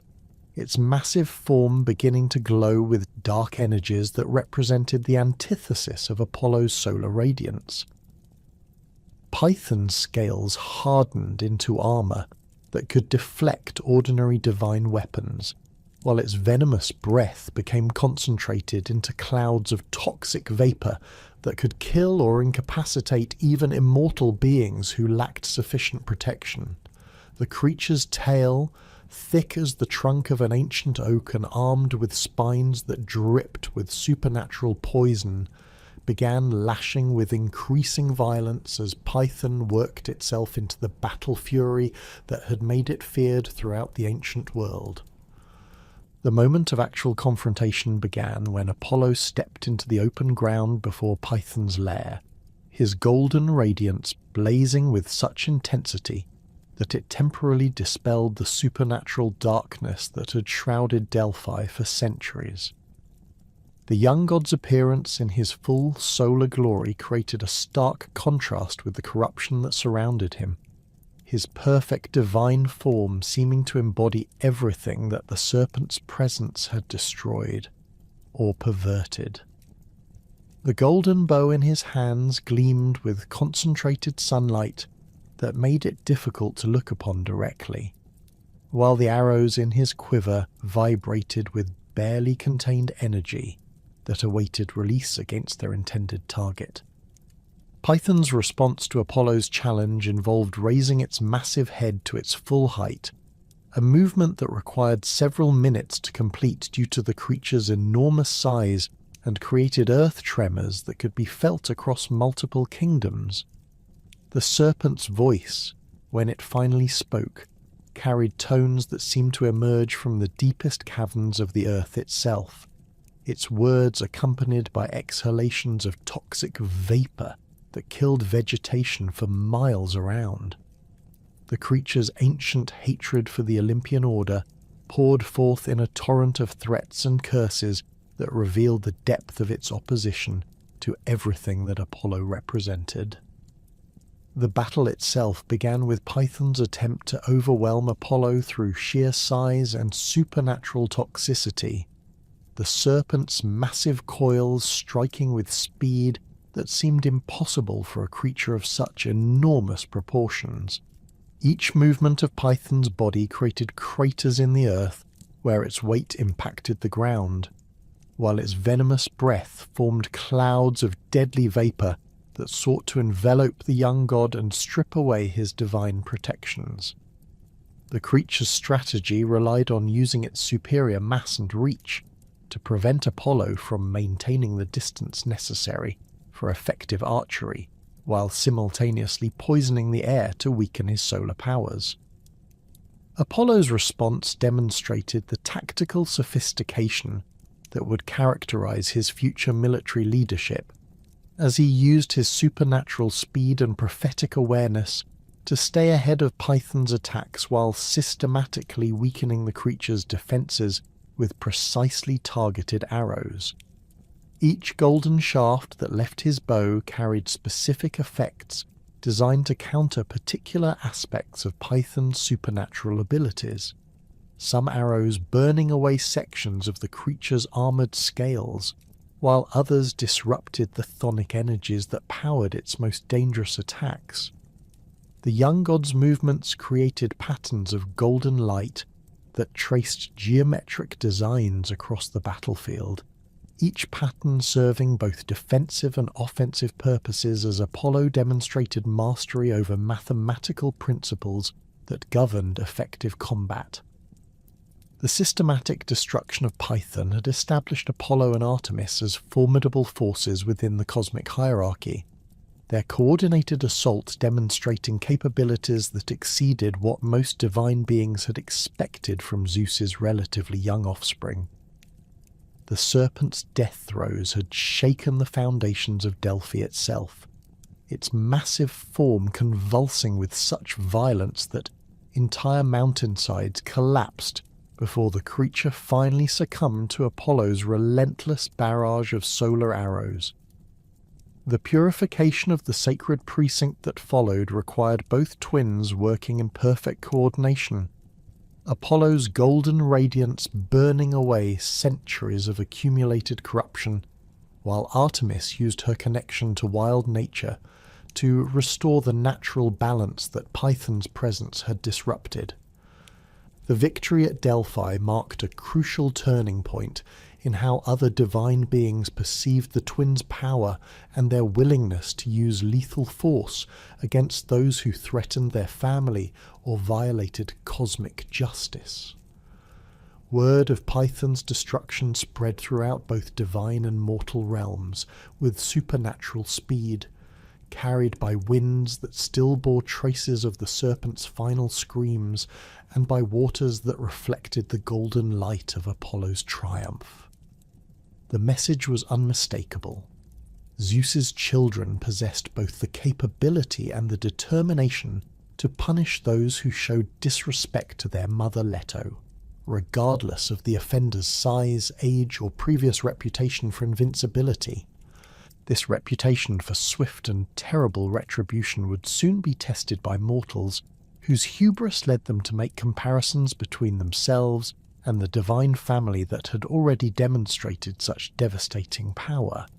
The case that would become the most infamous example of the twins' protective fury involved Niobe, Queen of Thebes, whose tragic story would serve as a permanent warning about the dangers of challenging divine authority through boastful claims and disrespectful comparisons. Niobe's fate would illustrate the absolute nature of Apollo and Artemis's devotion to their mother and the cosmic principles of proper reverence that governed relationships between mortal and immortal realms. Niobe herself was a figure of considerable prominence within the mortal world, her royal status enhanced by genuine accomplishments that might have earned divine favour under different circumstances. As Queen of Thebes, she had demonstrated exceptional administrative skill in governing one of the most important city-states in the ancient world. Her policies promoting prosperity and cultural development that made her kingdom a centre of learning and artistic achievement. Her marriage to King Amphion had produced what many considered the most remarkable royal family of their generation,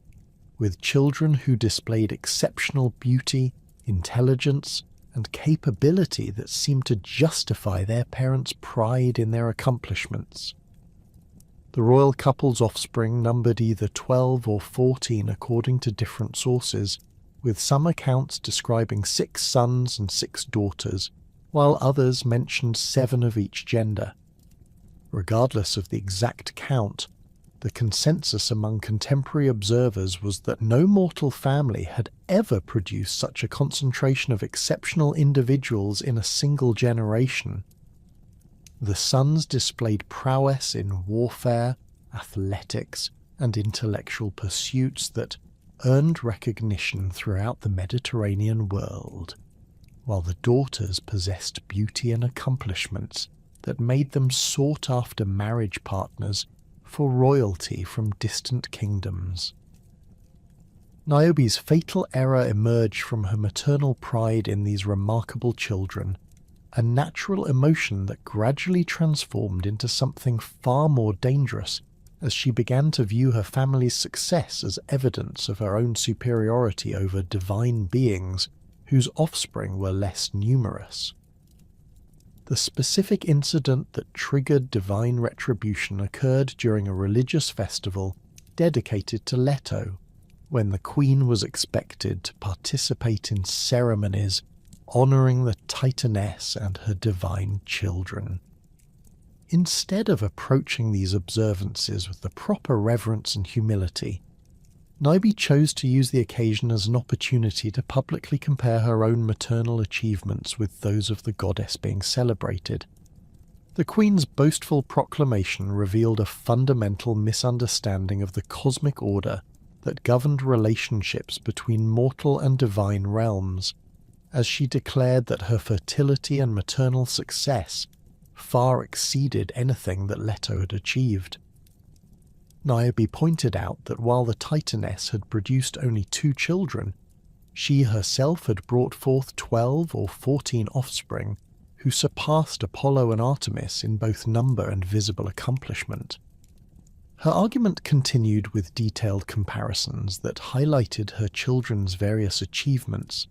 while dismissing the divine twins' supernatural abilities as irrelevant to practical measures of parental success.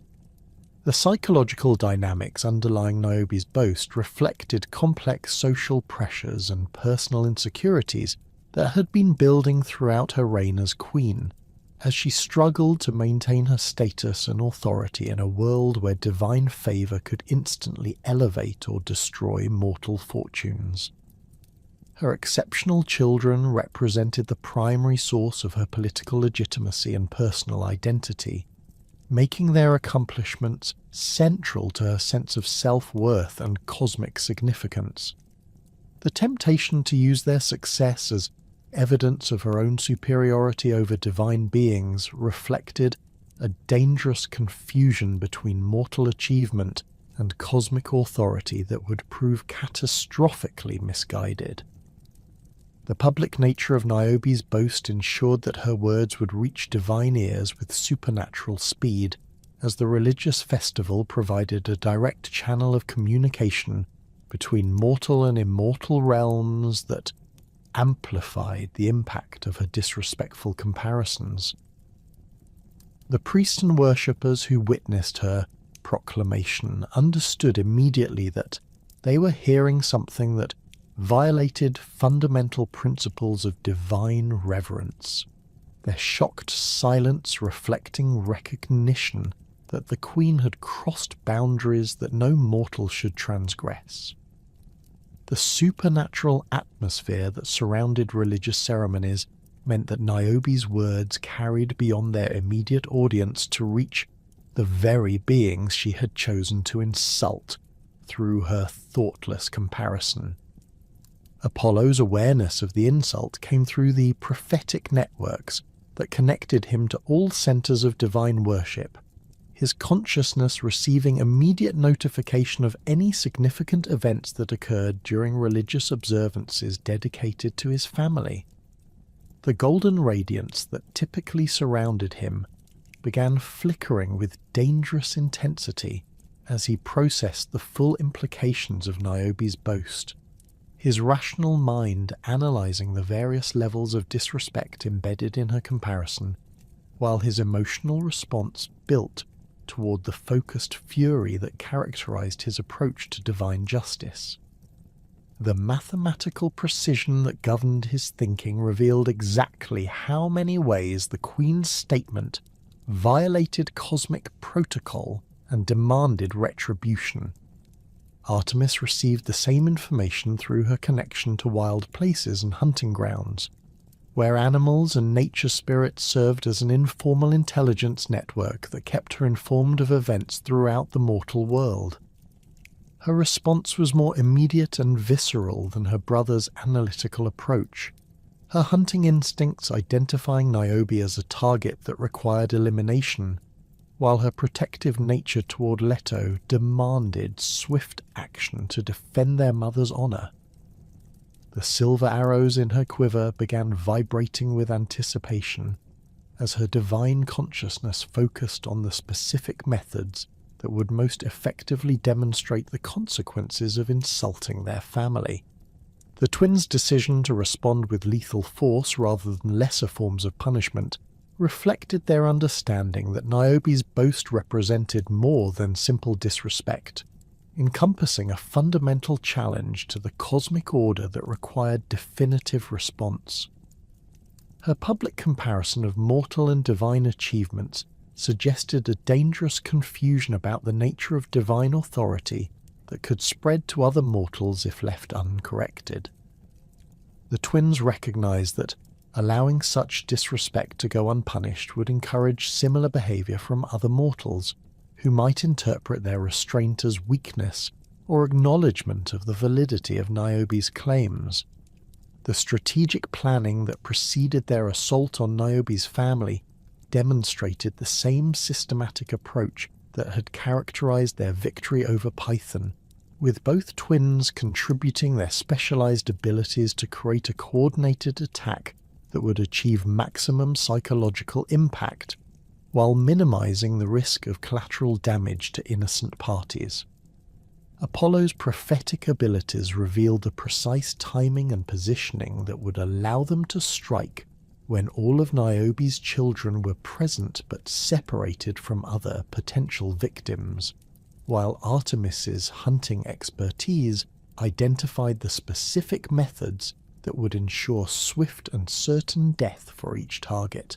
The weapons they prepared for this mission represented the pinnacle of divine archery, each arrow crafted with supernatural properties designed to overcome any mortal defenses while delivering death with the precision and inevitability that characterized divine justice. Apollo's golden shafts blazed with solar fire that could penetrate any armor or magical protection, their flight paths guided by prophetic insight that made evasion impossible regardless of the target's speed or defensive capabilities. Artemis's silver arrows possessed the silent swiftness of moonlight,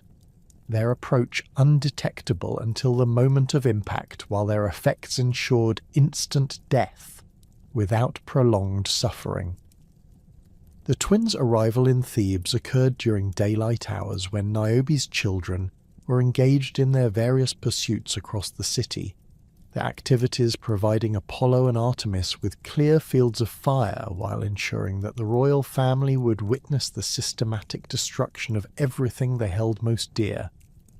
The divine archers positioned themselves at strategic locations that provided optimal sightlines to all potential targets while remaining concealed from mortal observation,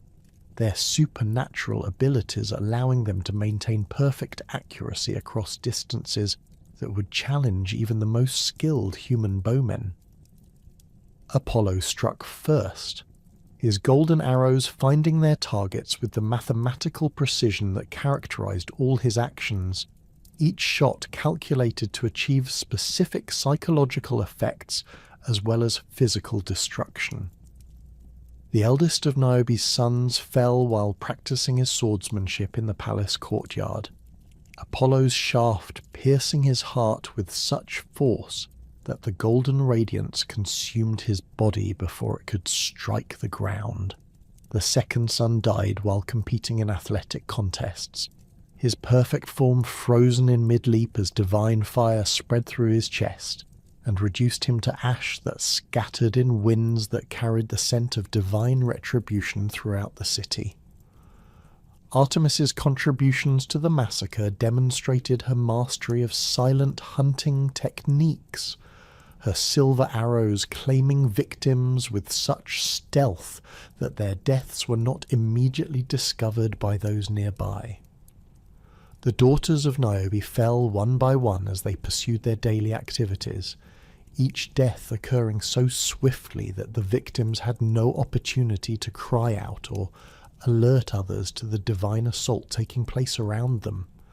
The youngest daughter died while weaving at her loom, Artemis's arrow passing through her throat with surgical precision that severed her vocal cords before stopping her heart,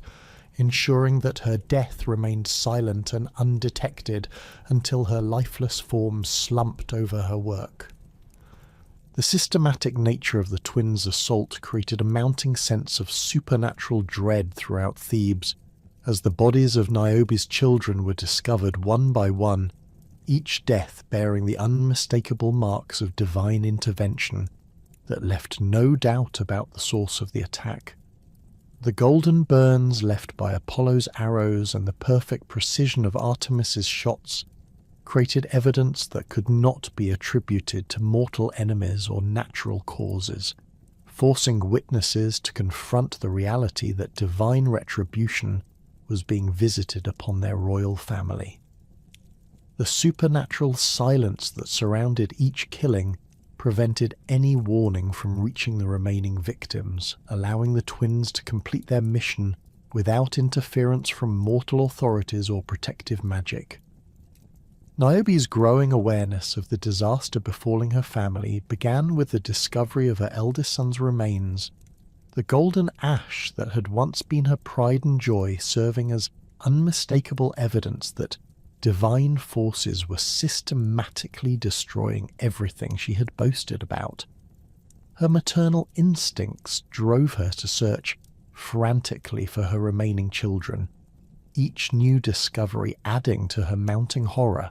as she realized the scope of the retribution being visited upon her family.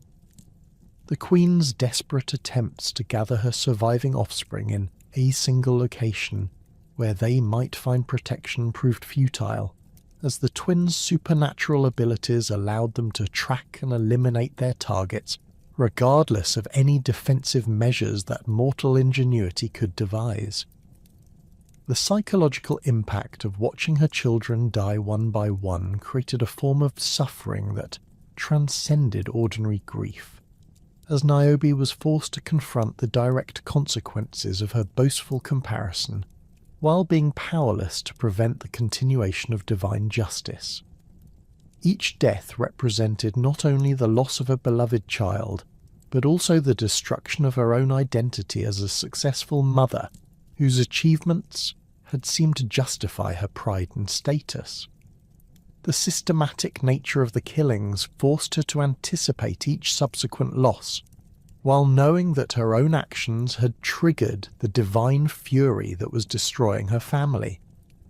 The final phase of the massacre occurred when the twins coordinated their attacks to eliminate the last surviving children simultaneously,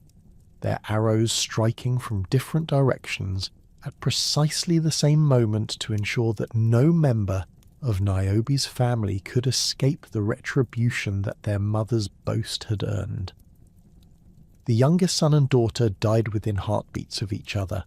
Apollo's golden fire and Artemis's silver precision combining to create a spectacular display of divine power that served as the climactic demonstration of their ability to punish those who showed disrespect to their mother. The aftermath of the killings left Niobe alone among the bodies of her children, her maternal pride transformed into overwhelming grief that manifested through supernatural phenomena reflecting the cosmic significance of divine retribution. Her tears flowed with such volume and intensity that they began to carve channels in the stone floors of her palace, while her cries of anguish created harmonics that resonated through the earth itself and reached the divine realm where Leto could perceive the completion of justice on her behalf. The queen's transformation from proud mother to grief-stricken mourner served as a living testament to the consequences of challenging divine authority through boastful comparison. The twins' systematic elimination of Niobe's children established precedents for divine justice that would influence mortal behavior for countless generations, demonstrating that disrespect toward Leto would be met with swift and devastating retribution regardless of the offender's status or previous accomplishments. The precision and coordination of their assault revealed capabilities that exceeded what most observers had expected from relatively young gods, while the psychological sophistication of their approach showed understanding of how to create maximum deterrent effect through carefully orchestrated displays of divine power. The systematic elimination of Niobe's children sent shockwaves throughout both divine and mortal realms, establishing Apollo and Artemis as forces to be reckoned with while simultaneously elevating their mother Leto to unprecedented heights of reverence and respect. The precision and ruthlessness of the twins' retribution demonstrated that any slight against the Titaness would be met with devastating consequences, transforming her from a persecuted refugee into one of the most protected and honoured figures in the entire pantheon. The cosmic balance that had been disrupted by Hera's cruel persecution was now not only restored but tilted decisively in Leto's favour, as divine beings throughout creation recognized that her children's power made her effectively untouchable. The transformation of Leto's status within the divine hierarchy occurred with remarkable speed as news of her children's victories spread throughout the immortal community. Gods and goddesses who had previously remained silent during her persecution now actively sought opportunities to demonstrate their respect and support, understanding that Apollo and Artemis's devotion to their mother made friendship with Leto a pathway to favourable relations with two of the most powerful and influential deities in Zeus's emerging order. The Titaness, who'd once wandered homeless across creation, now found herself courted by divine beings eager to earn her goodwill and avoid the fate that had befallen Python and Niobe's family. The establishment of Apollo's oracle at Delphi created the first permanent institution dedicated to honouring Leto's role as the mother of divine wisdom and prophetic insight. The purified sanctuary that rose from the ruins of Python's corruption became a testament to her endurance and ultimate vindication, with elaborate temples and ceremonial spaces that celebrated not only Apollo's solar authority, but also the maternal strength that had made his existence possible.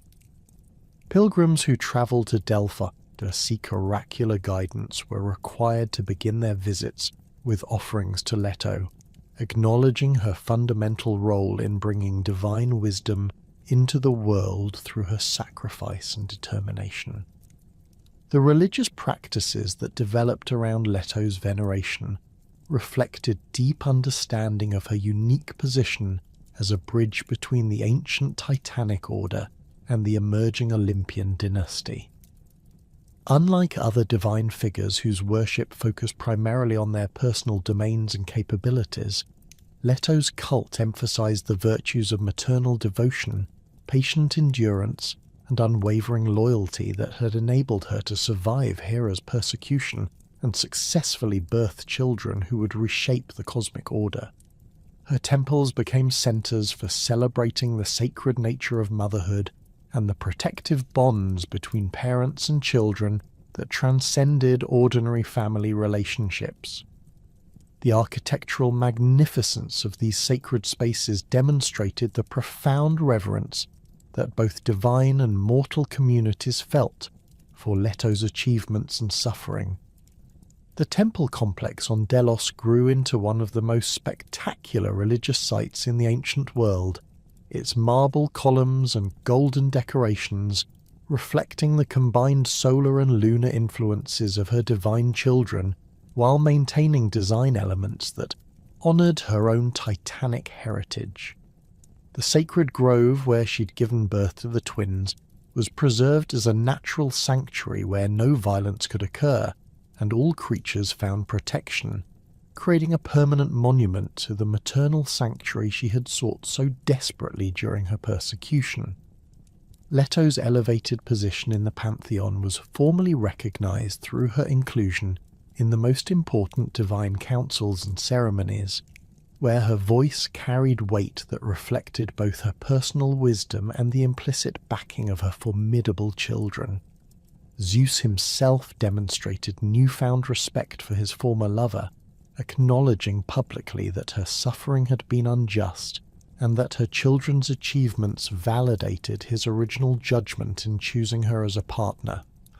The king of the gods established protocols that ensured Leto would receive the honour and deference appropriate to her status as mother of two Olympians, while also creating safeguards that would prevent any repetition of the persecution she had endured. The relationship between Leto and Hera underwent a remarkable transformation, as the Queen of the Gods recognized that continued hostility toward the Titaness would inevitably bring her into direct conflict with Apollo and Artemis, whose demonstrated capabilities made them dangerous enemies, even for someone of her power and influence. The pragmatic political calculation that governed much of Hera's decision-making led her to abandon her persecution campaign and adopt a stance of grudging respect that acknowledged Leto's permanent place in the divine hierarchy. While genuine friendship between the two goddesses never developed, their interactions became characterized by formal courtesy that prevented the kind of open conflict that might have escalated into cosmic warfare. The peaceful coexistence that emerged between these former rivals created a new model for divine relationships that emphasized practical cooperation over personal animosity, demonstrating that even the most bitter conflicts could be resolved when the consequences of continued hostility became too dangerous to accept. Leto's gracious acceptance of Hera's change in attitude reflected her fundamental character traits of wisdom and restraint, as she chose to focus on her children's future rather than dwelling on past grievances that could no longer be changed. This diplomatic approach earned her additional respect from other divine beings who recognized the maturity and foresight required to prioritize cosmic stability over personal satisfaction. The maternal virtues that Leto embodied became central themes in the religious and philosophical traditions that developed around her worship, as mortal communities sought to understand and emulate the qualities that had enabled her to endure such extraordinary trials while maintaining her essential nature and dignity. Her example inspired countless mothers facing their own challenges, providing a divine model of perseverance and protective love that transcended the boundaries between immortal and mortal experience. The stories of her persecution and ultimate vindication became foundational narratives that reinforced cultural values, emphasizing the sacred nature of maternal bonds and the cosmic significance of family loyalty. The prophetic traditions associated with Leto's lineage found new expression through the oracular institutions that her children established throughout the ancient world,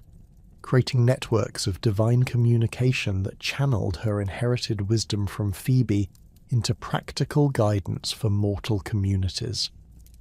The Delphic Oracle became the most famous of these institutions,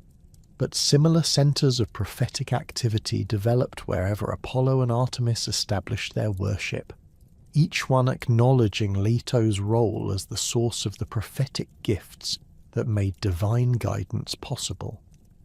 These oracular sites served as permanent monuments to her cosmic significance, while providing ongoing benefits to the mortal communities that honored her properly. The artistic and literary traditions that celebrated Leto's story emphasized themes of triumph over adversity and the ultimate vindication of justice that resonated with audiences across different cultures and historical periods. Poets and sculptors found in her narrative a perfect example of how divine justice operated, according to principles that transcended immediate circumstances, rewarding virtue and punishing wickedness even when the resolution required extended time periods and complex chains of cause and effect. The visual representations of Leto that adorned temples and public spaces typically depicted her in moments of serene dignity, surrounded by symbols of her children's achievements, and radiating the quiet strength that had enabled her to survive her trials. The theological implications of Leto's elevation to divine prominence created new understanding of how cosmic justice operated within the pantheon, demonstrating that even the most powerful beings were subject to consequences when their actions violated fundamental principles of divine law. Her vindication served as proof that the cosmic order possessed self-correcting mechanisms that would eventually restore balance even after prolonged periods of injustice and suffering. This understanding influenced how both divine and mortal communities approached questions of ethics and justice, providing reassurance that virtue would ultimately be rewarded even when immediate circumstances suggested otherwise. The diplomatic significance of Leto's transformed status extended throughout the divine realm, as her friendship became a valuable asset for gods and goddesses seeking to advance their own interests within the complex political networks that governed Olympian society. Her children's demonstrated willingness to use lethal force in defense of their mother made her alliance a form of insurance against potential enemies, while her own wisdom and prophetic abilities made her counsel valuable for planning long-term strategies and avoiding conflicts that might prove counterproductive. The Titaness, who had once been isolated and friendless, now found herself at the center of a network of relationships that enhanced her influence far beyond what her personal power alone might have achieved. The educational value of Leto's story became apparent as successive generations of both divine and mortal children learned from her example about the importance of perseverance, the power of maternal love, and the ultimate triumph of justice over temporary injustice. Her narrative provided a framework for understanding how individual suffering could serve larger cosmic purposes, transforming personal trials into opportunities for growth and eventual vindication. The moral lessons embedded in her story influenced child-rearing practices throughout the ancient world, as parents used her example to teach their offspring about resilience, loyalty, and the importance of maintaining dignity even under the most challenging circumstances. The cosmic legacy that Leto established through her children's achievements created a permanent transformation in the relationship between divine and mortal realms, as Apollo's oracular wisdom and Artemis's protective oversight provided new forms of divine assistance that had never before been available to human communities. The institutions they founded in their mother's honor created lasting structures that would continue to channel divine guidance and protection to mortal civilizations for countless generations,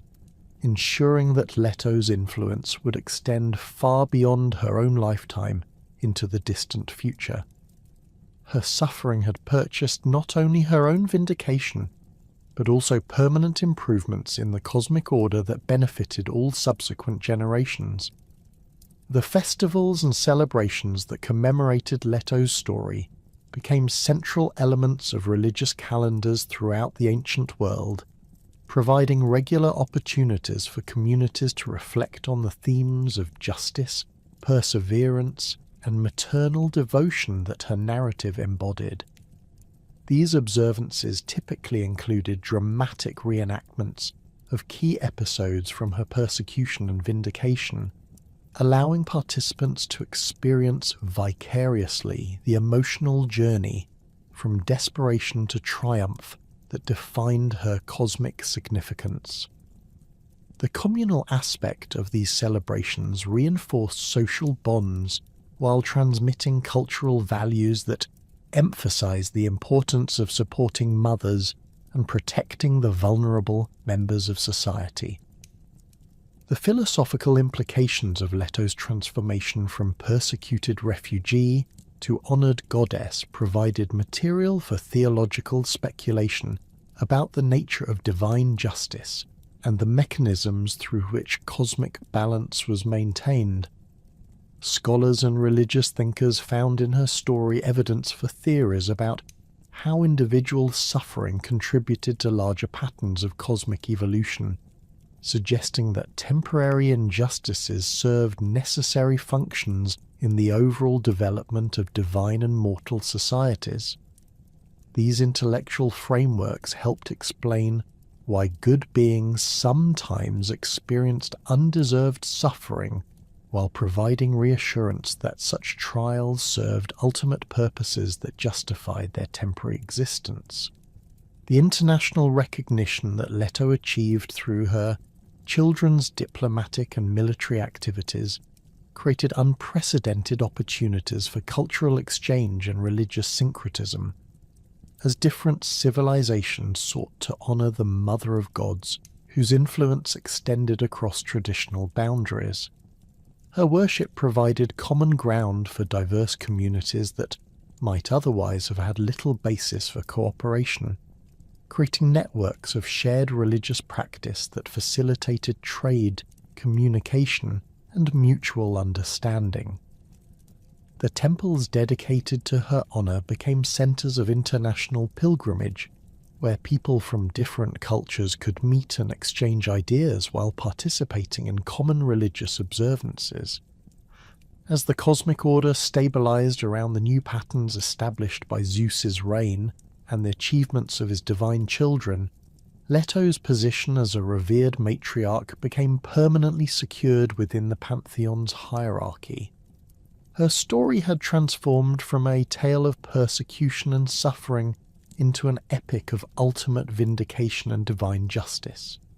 providing a template that would influence how future generations understood the relationship between temporary adversity and eternal significance.